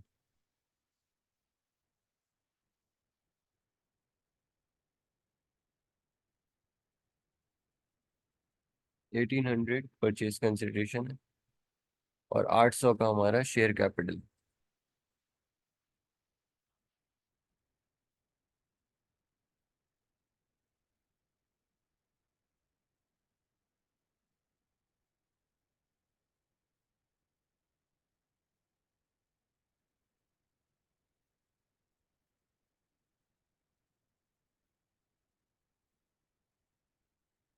गुडविल। अच्छा, नॉर्मली जो है हमारे जो सवाल आते हैं वो उसमें इतना ज्यादा कंप्यूटेशन ओरिएंटेड होते नहीं है, ये वाला सवाल थोड़ा ज्यादा कंप्यूटेशन ओरिएंटेड है। एक्सप्लेनेशन थोड़ी कम है, क्योंकि पार्ट 1 अगर हम देखें तो वो भी वर्किंग का है, पार्ट 2 भी हमारा स्टेटमेंट ऑफ फाइनेंशियल पोजीशन बनानी है, ये भी वर्किंग का ही है मेनली।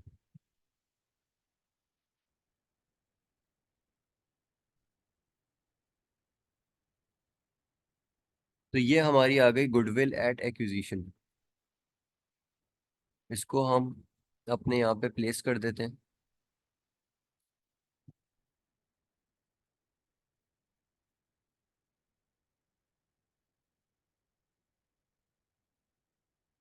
अब निकाल लेते हैं net assets at disposal.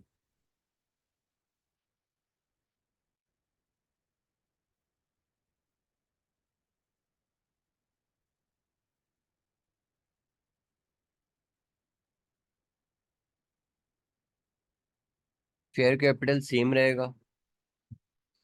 Fair value adjustment की क्या कहानी थी वो भी पढ़ लेते हैं। Fair value adjustment made to property on acquisition. Fair value was 120 million in excess of the carrying amount, and the property had a remaining useful life of 10 years. 10 years की यूजफुल लाइफ थी।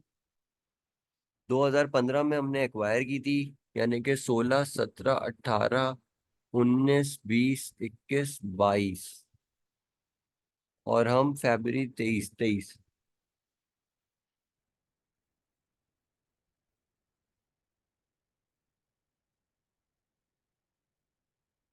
8 साल हो गए हैं हमें investment किए हुए। तो आज ये फेयर वैल्यू एडजस्टमेंट कितनी बची हुई होगी? Divided by 10 multiply by 2। खाली 2 साल की बची हुई होगी। बस समझ में आती है ना, 8 साल गुजर गए तो खाली 2 साल की फेयर वैल्यू एडजस्टमेंट बची हुई है।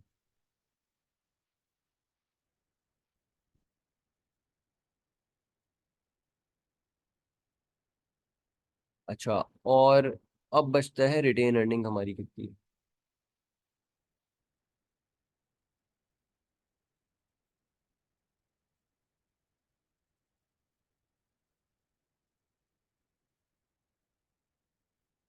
रिटेन अर्निंग हमारी जो क्लोजिंग की आ रही है केएफसी की, वो आ रही है 3195।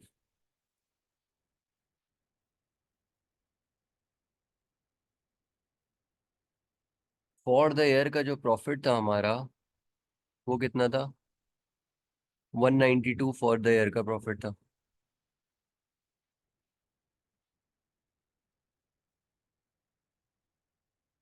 और 9 मंथ्स का ये वाला प्रॉफिट हमसे परटेन करता है। पूरा हटा दिया हमने तो, लेकिन 9 मंथ्स का तो हमसे परटेन करता है।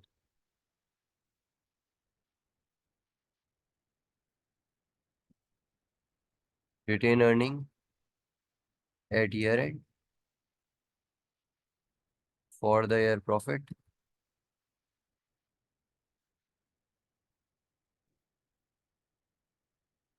ये है profit accrued till disposal.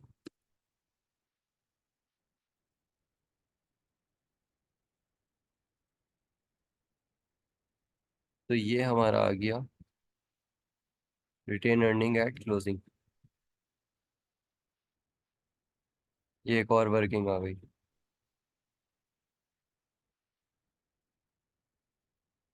Retain earning at disposal.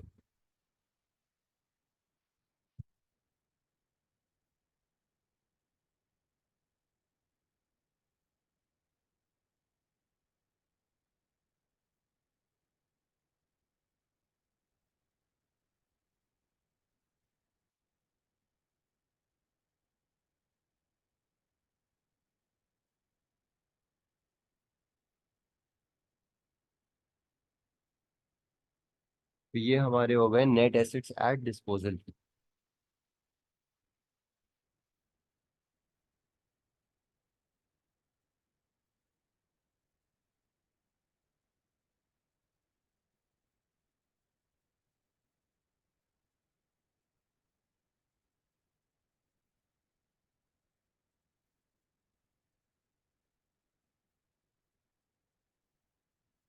इसी तरह अगर हम एनसीआई एट डिस्पोजल लेंगे तो एनसीआई एट एक्विजिशन आ जाएगा।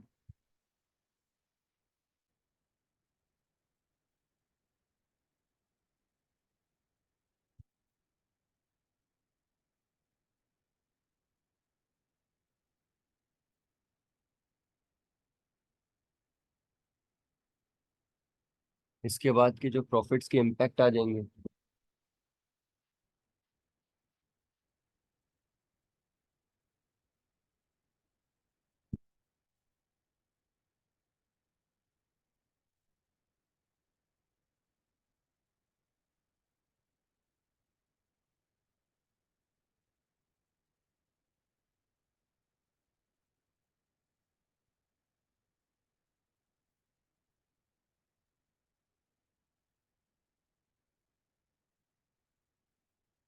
ये retain earning at disposal, retain earning at acquisition.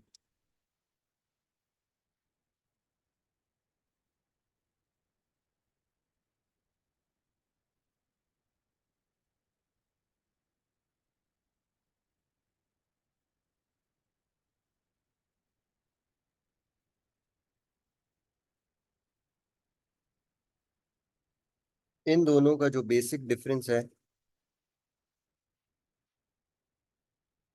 ये हमारी रिटेन अर्निंग वो एनसीआई को बढ़ा रहा होगा। 25% हमारी एनसीआई थी।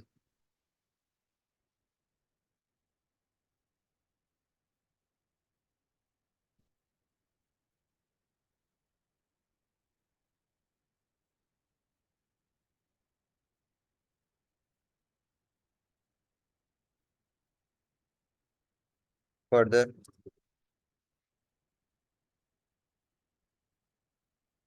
जो हमारे अदर कॉम्प्रिहेंसिव इनकम है 92 की जो दिखा रहा था, ये वाली ओसीआई गेन, इसका भी शेयर एनसीआई को जाएगा।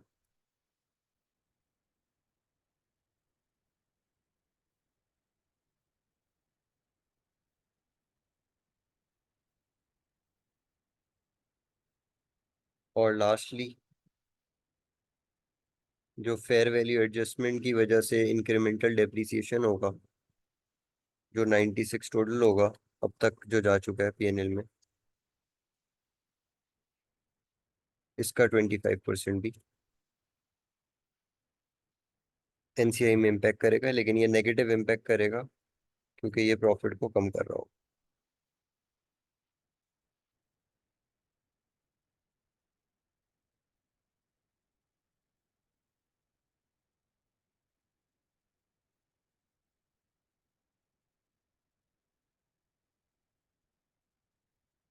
ये आ गया at acquisition NCI, retain profit का इम्पैक्ट, ओसीआई का इम्पैक्ट, और आखिरी इंक्रीमेंटल डेप्रिसिएशन का इम्पैक्ट।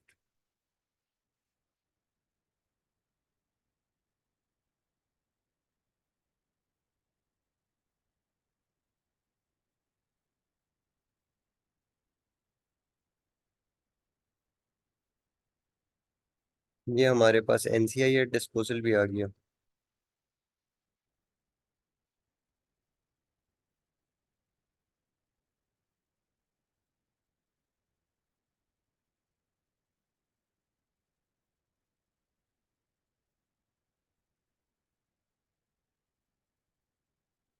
नेट एसेट्स में हमारे पास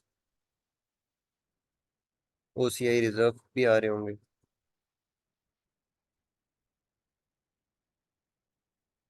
जो हमारे पास रिकॉर्डेड होंगे 92 पे।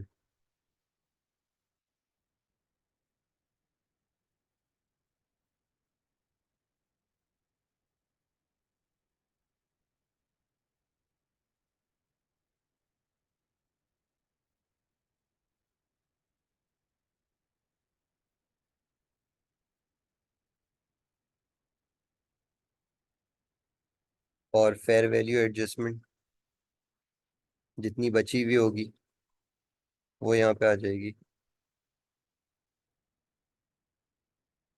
120 इनिशियली थी, बल्कि ये रही ना एट डिस्पोजल 24। ये हमने ऑलरेडी ले लिए।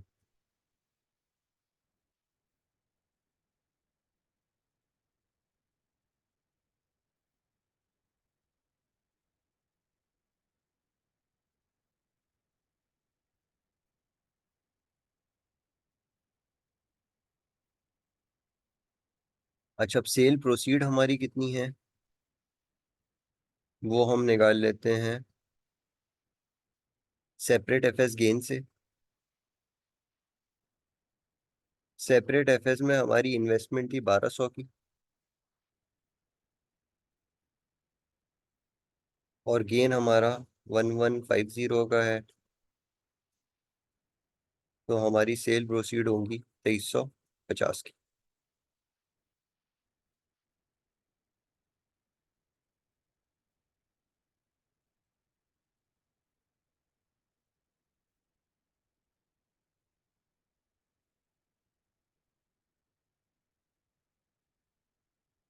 तो ये हमारा 230 का बेसिकली गेन या loss on disposal of investment आया है।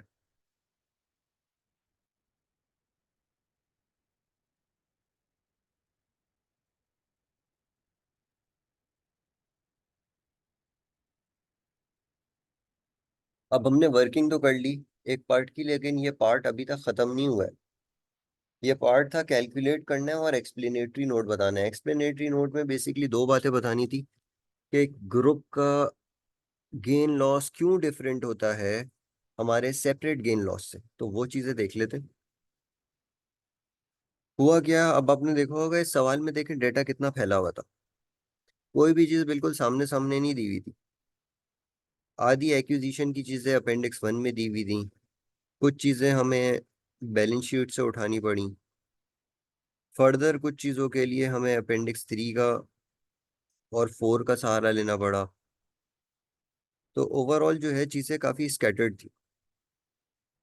गेन और लॉस तो हमने निकाल लिया, वही जो कन्वेंशनल हमारी वर्किंग होती है उसी के अकॉर्डिंगली।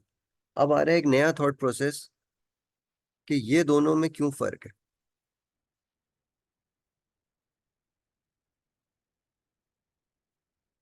अगर हम इन दोनों की सिंपल बात करें,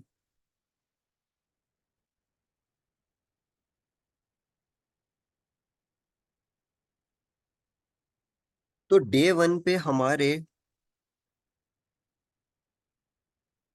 जो सेपरेट एफएस होंगे उसमें हमने एक इन्वेस्टमेंट रिकॉर्ड करी होगी डेबिट, और बैंक करा होगा क्रेडिट। अगर कंसोलिडेटेड एफएस के पर्सपेक्टिव से बात करें तो बैंक तो इसमें भी क्रेडिट किया होगा। डेबिट हमने क्या किया होगा, हमने net assets disposal net assets debit किए होंगे, मतलब बेसिकली गुडविल की वर्किंग देख लेना। हमने गुडविल डेबिट करी होगी, हमने एनसीआई क्रेडिट किया होगा, हमने फेयर वैल्यू डेबिट करी होगी। तो ये इतनी सारी चीजें कर करा के अल्टीमेटली आपने जितने की एक्विजिशन की थी यानी कि 1200 की, उतने की ही रिकग्नाइज कर ली थी। इसके बाद क्या हुआ, इसके बाद क्या हुआ, ये जो सेपरेट एफएस में हमारे 1150 का गेन है ना, इसका रीजन है, सेपरेट एफएस में यहाँ पे लिखा हुआ था बैलेंस शीट में कि हम कॉस्ट पे रिकग्नाइज करते हैं। Investment in RSC and KFC are measured at cost in the separate financial statement of GFC. तो 2015 में जो हमने इन्वेस्टमेंट करी थी फरवरी 15 में, वो एज इट इज रिक्वायर्ड हमारे एफएस में रिकग्नाइज थी 1200 पे। बेच दी हमने 2350 की, वो सिंपल उसने रिकग्नाइज करवा दिया गया। हालांकि हुआ क्या है इन एक्चुअल, अगर हम देखें तो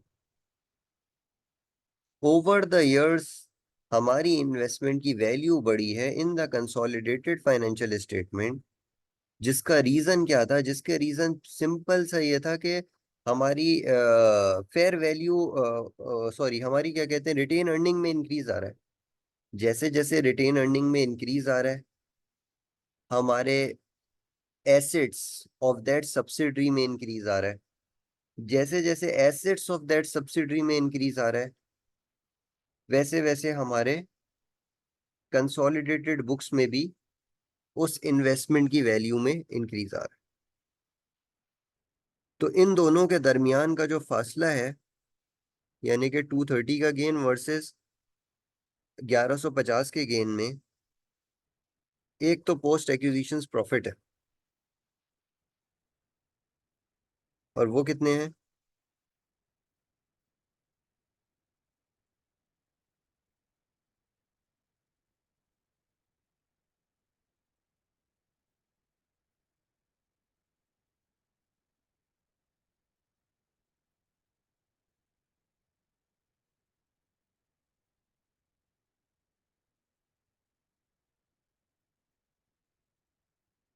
1897 प्रॉफिट है।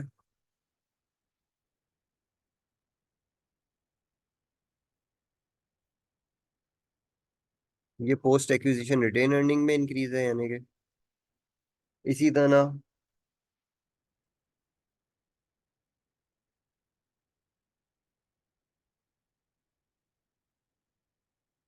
ओसीआई का इम्पैक्ट होगा पोस्ट एक्विजिशन।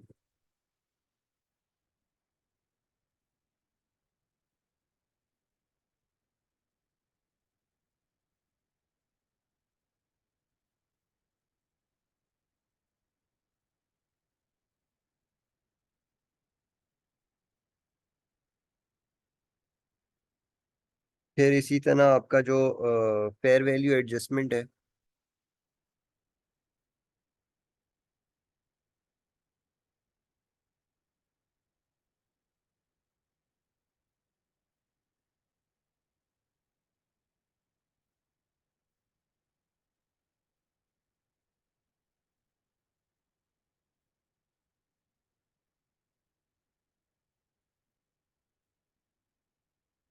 इसमें हमारा जो शेयर था उसकी वजह से इम्पैक्ट आएगा।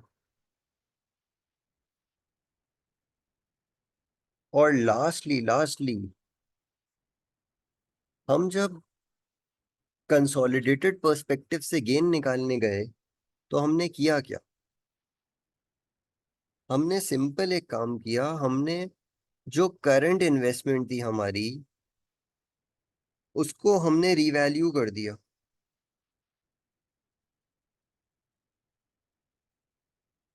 ये सारी चीजें अगर हम 230 और सेपरेट एफएस के गेन यानी कि 1150 का डिफरेंस निकालना चाहें तो ये ऑलरेडी हमारी बुक्स में रिकग्नाइज थे, ये वाले प्रॉफिट्स।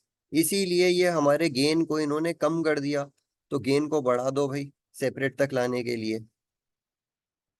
लेकिन एक चीज है जिसने हमारे गेन को ऑलरेडी बढ़ाया हुआ है। From the perspective of separate financial statements, आज जो 25% की इन्वेस्टमेंट है ना, जो रिटेन्ड इन्वेस्टमेंट है, वो आज भी 600 पे रिकग्नाइज्ड है। वो रिवैल्यू नहीं हुई है, यहाँ पे हमने उसको रिवैल्यू कर दिया। कितने से रिवैल्यू कर दिया? 1100 पे रिकग्नाइज कर दिया, एक्चुअल उसकी वैल्यू थी 600। तो 500 से उसको रिवैल्यू कर दिया। 500 का गेन कंसोलिडेटेड में एक्स्ट्रा रिकॉर्ड हुआ है, जो सेपरेट में नहीं है, तो माइनस करना पड़ेगा। रीमेजरमेंट कह लेते हैं इसको।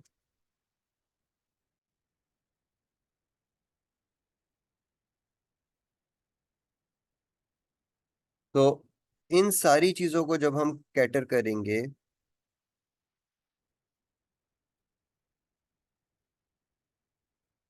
फेयर वैल्यू भी नेगेटिव आएगा क्योंकि ये हमारे प्रॉफिट को कम कर रहा होता है इंक्रीमेंटल डेप्रिसिएशन के फॉर्म में।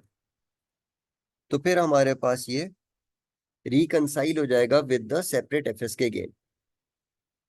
तो अगर इस सवाल में हम एक टेक्निकल चीज देखें तो एक यही थी। ये gain on loss on disposal तो आप लोगों को निकालना आता ही होगा।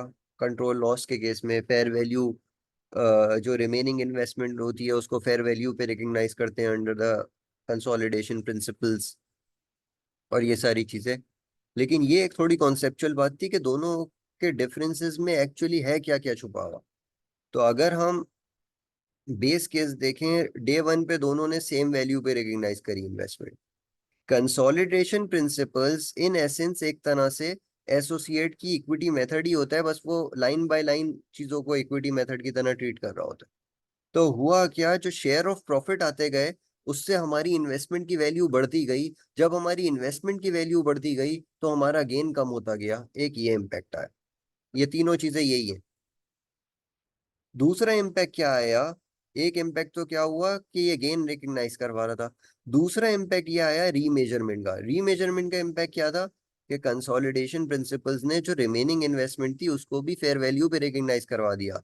हालांकि हालांकि हमारी जो सेपरेट एफएस हैं उसमें वो एग्जिस्टिंग वैल्यू कॉस्ट पे ही रिकग्नाइज है, जो हिस्टोरिकल कॉस्ट है, जो 600 की थी। तो 500 रुपए इसने एक्स्ट्रा रिकग्नाइज करवा दी। ये चीज आपने बेसिकली एक्सप्लेनेटरी नोट्स में लिखनी होगी, जो उसने मांगी है कि कंसोलिडेशन प्रिंसिपल्स की वजह से हमारी फेयर वैल्यू रीमेजरमेंट करके बढ़ जाती है, तो इससे हमारा कंसोलिडेटेड गेन ज्यादा हो जाता है। और कंसोलिडेशन प्रिंसिपल्स में हमारी रिटेन अर्निंग्स हम रिकग्नाइज कर रहे होते हैं, तो हमारी cost of investment technical terms में इंक्रीज हो जाती है, जिसकी वजह से हमारा गेन कम हो जाता है। और ये हमारी रिकंसिलिएशन। कोई सवाल है यहाँ तक तो जल्दी से पूछ लो।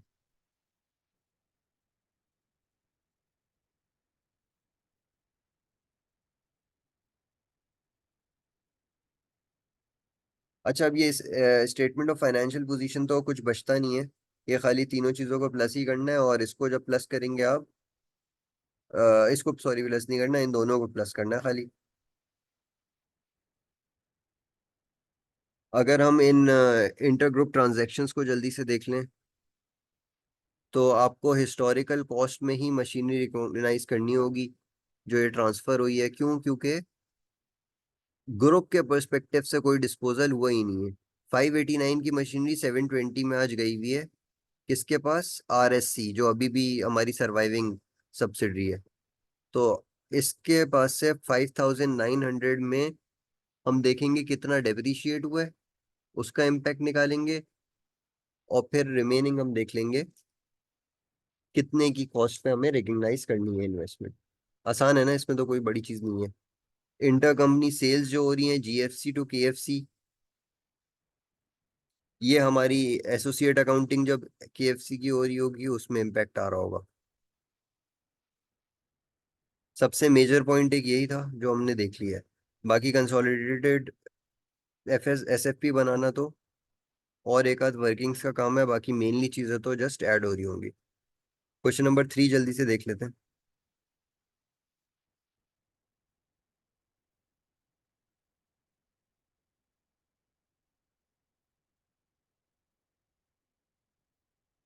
अच्छा, क्वेश्चन नंबर 3 की रिक्वायरमेंट में कहता है prepare a reconciliation of net defined benefit liability together with required journal entries. Journal entries भी बनानी है और रिकंसिलिएशन भी बनानी है, दोनों काम करने हैं।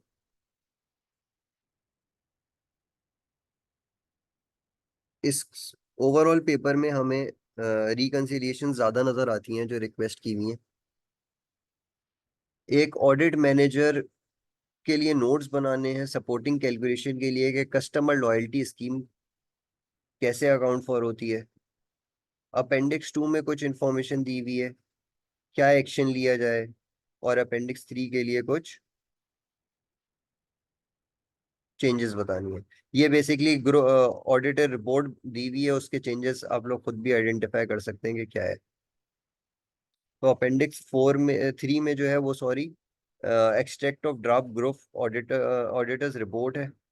इसमें से आप देख सकते हैं जो जो चीज़ें गलत दी हुई हैं वो हाईलाइट करनी है। अपेंडिक्स 2 में कोई इनकंसिस्टेंसी दी हुई थी, इसमें हमारी क्या अप्रोच होनी चाहिए ये डिस्कस कर लेते हैं।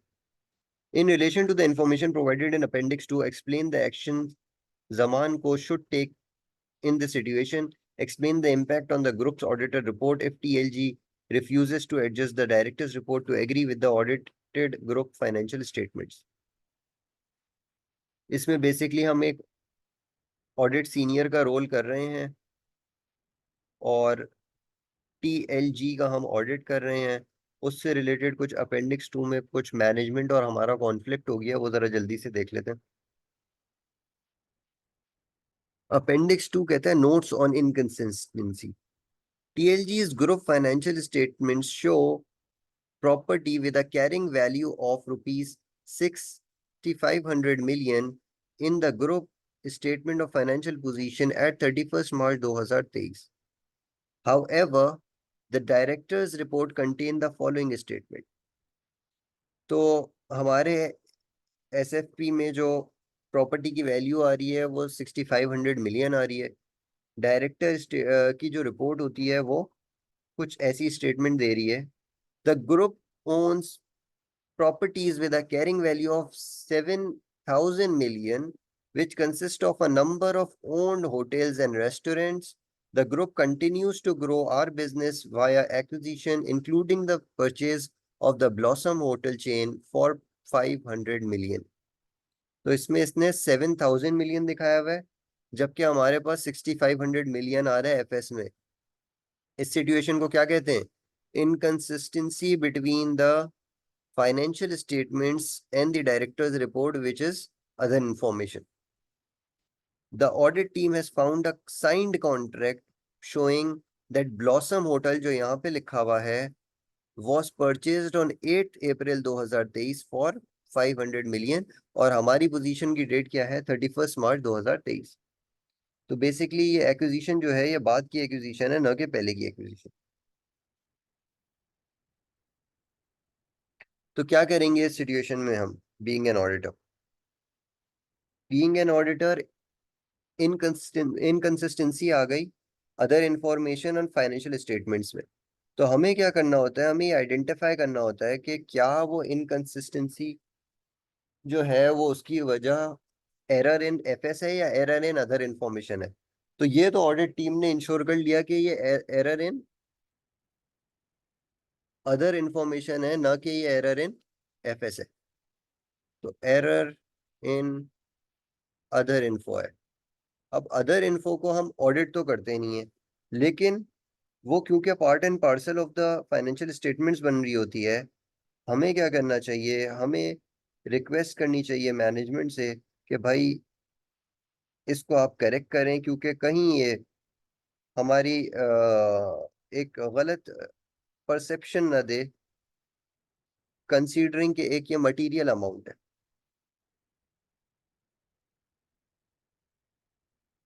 तो उनसे हम बोलेंगे कि भाई ये करेक्ट करें, ये आपकी अदर इंफॉर्मेशन का मसला है। ऑल्दो अदर इंफॉर्मेशन में क्लियरली सेपरेट होनी चाहिए, कहीं भी ये एसेंस नहीं आना चाहिए कि हम ऑडिट कर रहे हैं, लेकिन फिर भी अदर इंफॉर्मेशन की कंसिस्टेंसी हमें ज़रूर इंश्योर करनी चाहिए। अगर मैनेजमेंट नहीं करती है तो दोस्त चार्ज विद गवर्नेंस का रास्ता, और इवन दोस्त चार्ज विद गवर्नेंस भी ना करें करेक्ट, तो फिर इंटेग्रिटी वगैरह पे डाउट्स, और फिर हमें नेसेसरी कोर्स ऑफ एक्शन और लीगल एडवाइस की तरफ जाना चाहिए। ये इंटेग्रिटी क्वेश्चन मार्क हो जाएगी ना। तो ये इसका बेसिक आंसर था। और फिर हमें रिपोर्ट में भी, अगर हम कंटिन्यू भी कर रहे हैं ऑडिट, तो रिपोर्ट में भी अदर इंफॉर्मेशन के पॉइंट में हम ये वाली चीज हाईलाइट करेंगे।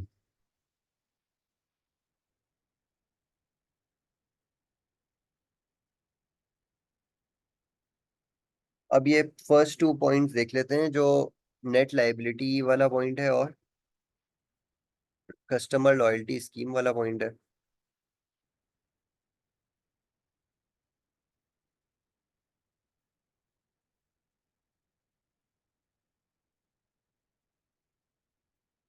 कस्टमर लॉयल्टी स्कीम वाला डिस्कस कर लेते हैं, क्योंकि ये नेट लायबिलिटी तो खाली एक शेड्यूल आपको बनाना है डिफाइंड बेनिफिट स्कीम का, वो आप बना लोगे आप लोग खुद से। IS 19 का जो शेड्यूल होता है, जिसके अकॉर्डिंगली आपने प्लान एसेट को सेपरेटली डिस्क्लोज करना होता है, और डिफाइंड बेनिफिट ऑब्लिगेशन की PV को सेपरेटली डिस्क्लोज करना होता है। उस तरीके से ये शेड्यूल बनेगा।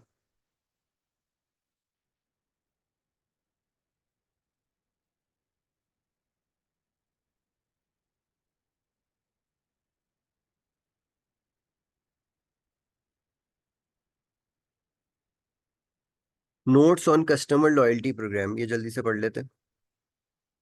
कहते हैं the customer loyalty scheme was introduced at the start of October 2022, although the redemption of points will not be available until 1st April 2023। एक कस्टमर लॉयल्टी प्रोग्राम इन्होंने शुरू किया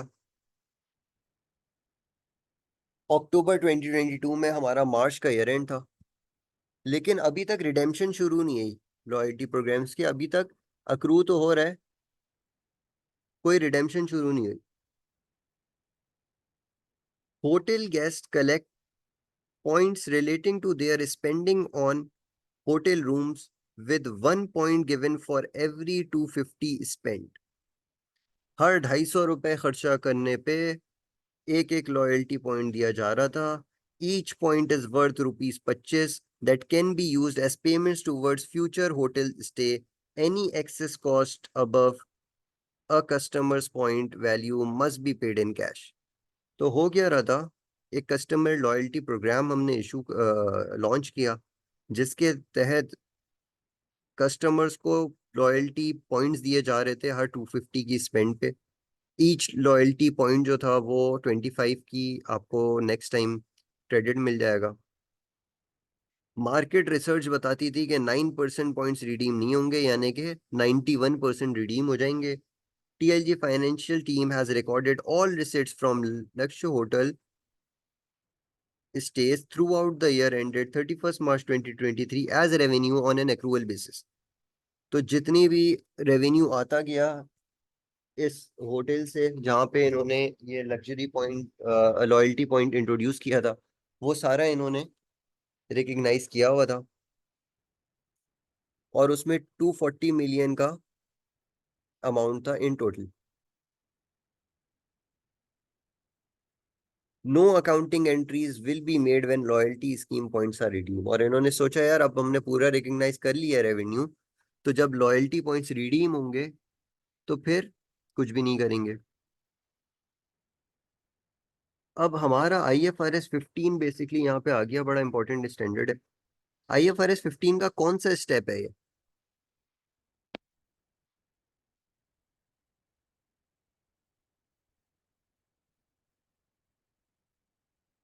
एक होता है आइडेंटिफिकेशन ऑफ कॉन्ट्रैक्ट। कहाँ मसला है? यहाँ पे दो मसले हैं। एक, आइडेंटिफिकेशन ऑफ परफॉर्मेंस ऑब्लिगेशन का, और दूसरा बिल्कुल सही आप लोगों ने आइडेंटिफाई करवाया है कि एलोकेशन ऑफ ट्रांजैक्शन प्राइस का।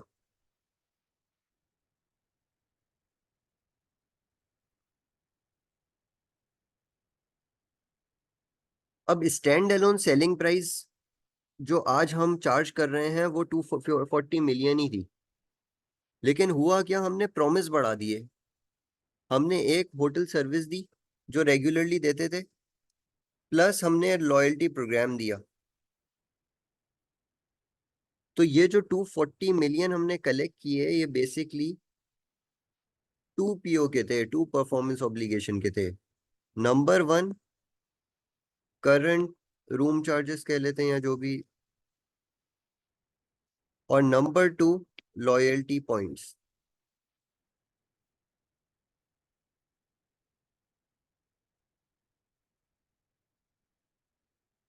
करंट रूम के चार्जेस की अगर हम बात करें तो स्टैंड अलोन सेलिंग प्राइस आज भी 240 मिलियन ही है। ये तो हमने loyalty programme in addition to that दे दिया। तो इसका मतलब टेक्निकली हमने क्या किया, लॉयल्टी पॉइंट्स फ्री के दे दिए? नहीं, ऐसा नहीं किया। टेक्निकली दोनों में हमने डिस्काउंट दिया है। और यहाँ पे आएगा दो कॉन्सेप्ट्स हैं बेसिकली IFRS 15 के। एक एलोकेशन ऑफ ट्रांजैक्शन प्राइस, और उसी में एलोकेशन ऑफ डिस्काउंट का कॉन्सेप्ट भी। क्योंकि स्टैंड अलोन सेलिंग प्राइस थी 240 इसकी, लेकिन हमने 240 में दो चीजें दी हैं, एक चीज नहीं दी है। ये असल एक आइडेंटिफिकेशन थी कि परफॉर्मेंस ऑब्लिगेशन मेरी क्या है। परफॉर्मेंस ऑब्लिगेशन में मैंने लॉयल्टी पॉइंट भी डाल दिया। जब दो चीजें दी हैं तो दोनों चीजों की अपनी एक स्टैंड अलोन सेलिंग प्राइस है ना। इसकी 25 है, इसकी 240 ही थी। और 265 की चीज मैंने 240 की दे दी, या जितनी भी है इसके वो बनेंगे, 24 बनेगा। लॉयल्टी पॉइंट्स जितने बनेंगे उसके हिसाब से वैल्यू उनकी। तो इसके हिसाब से इसको देखना चाहिए कि कितना लॉयल्टी पॉइंट से रिलेटेड कंसिडरेशन है, ट्रांजैक्शन प्राइस है, और कितनी जो करंट उसकी सर्विस एग्जीक्यूट हो चुकी है उससे रिलेटेड ट्रांजैक्शन प्राइस है। फिर एलोकेशन करने के बाद ओनली पोर्शन जो आपका करंट सर्विस का है ये रिकग्नाइज होगा, और ये एज अ लाइबिलिटी रिकॉर्ड हो जाएगा। रीजन बीइंग कि ये तो फ्यूचर में हमारा रेवेन्यू रिकग्नाइज हो जाएगा।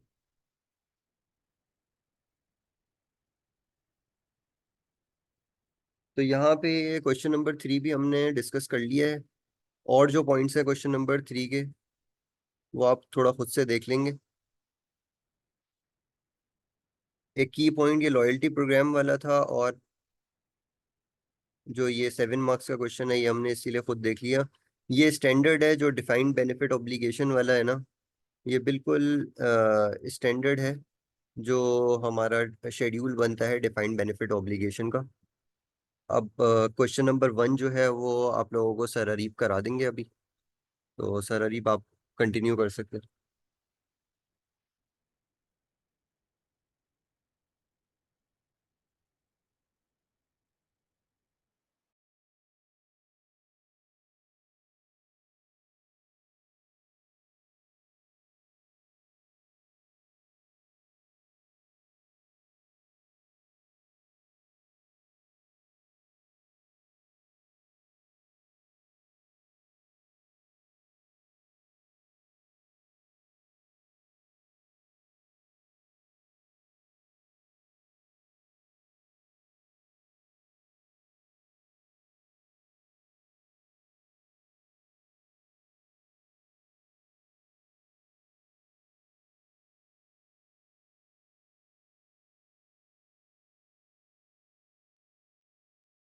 अस्सलाम वालेकुम।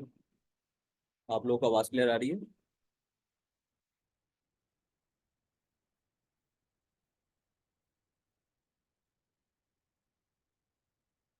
बस 2 मिनट दिएगा मुझे, मैं स्टार्ट करता हूँ सेशन।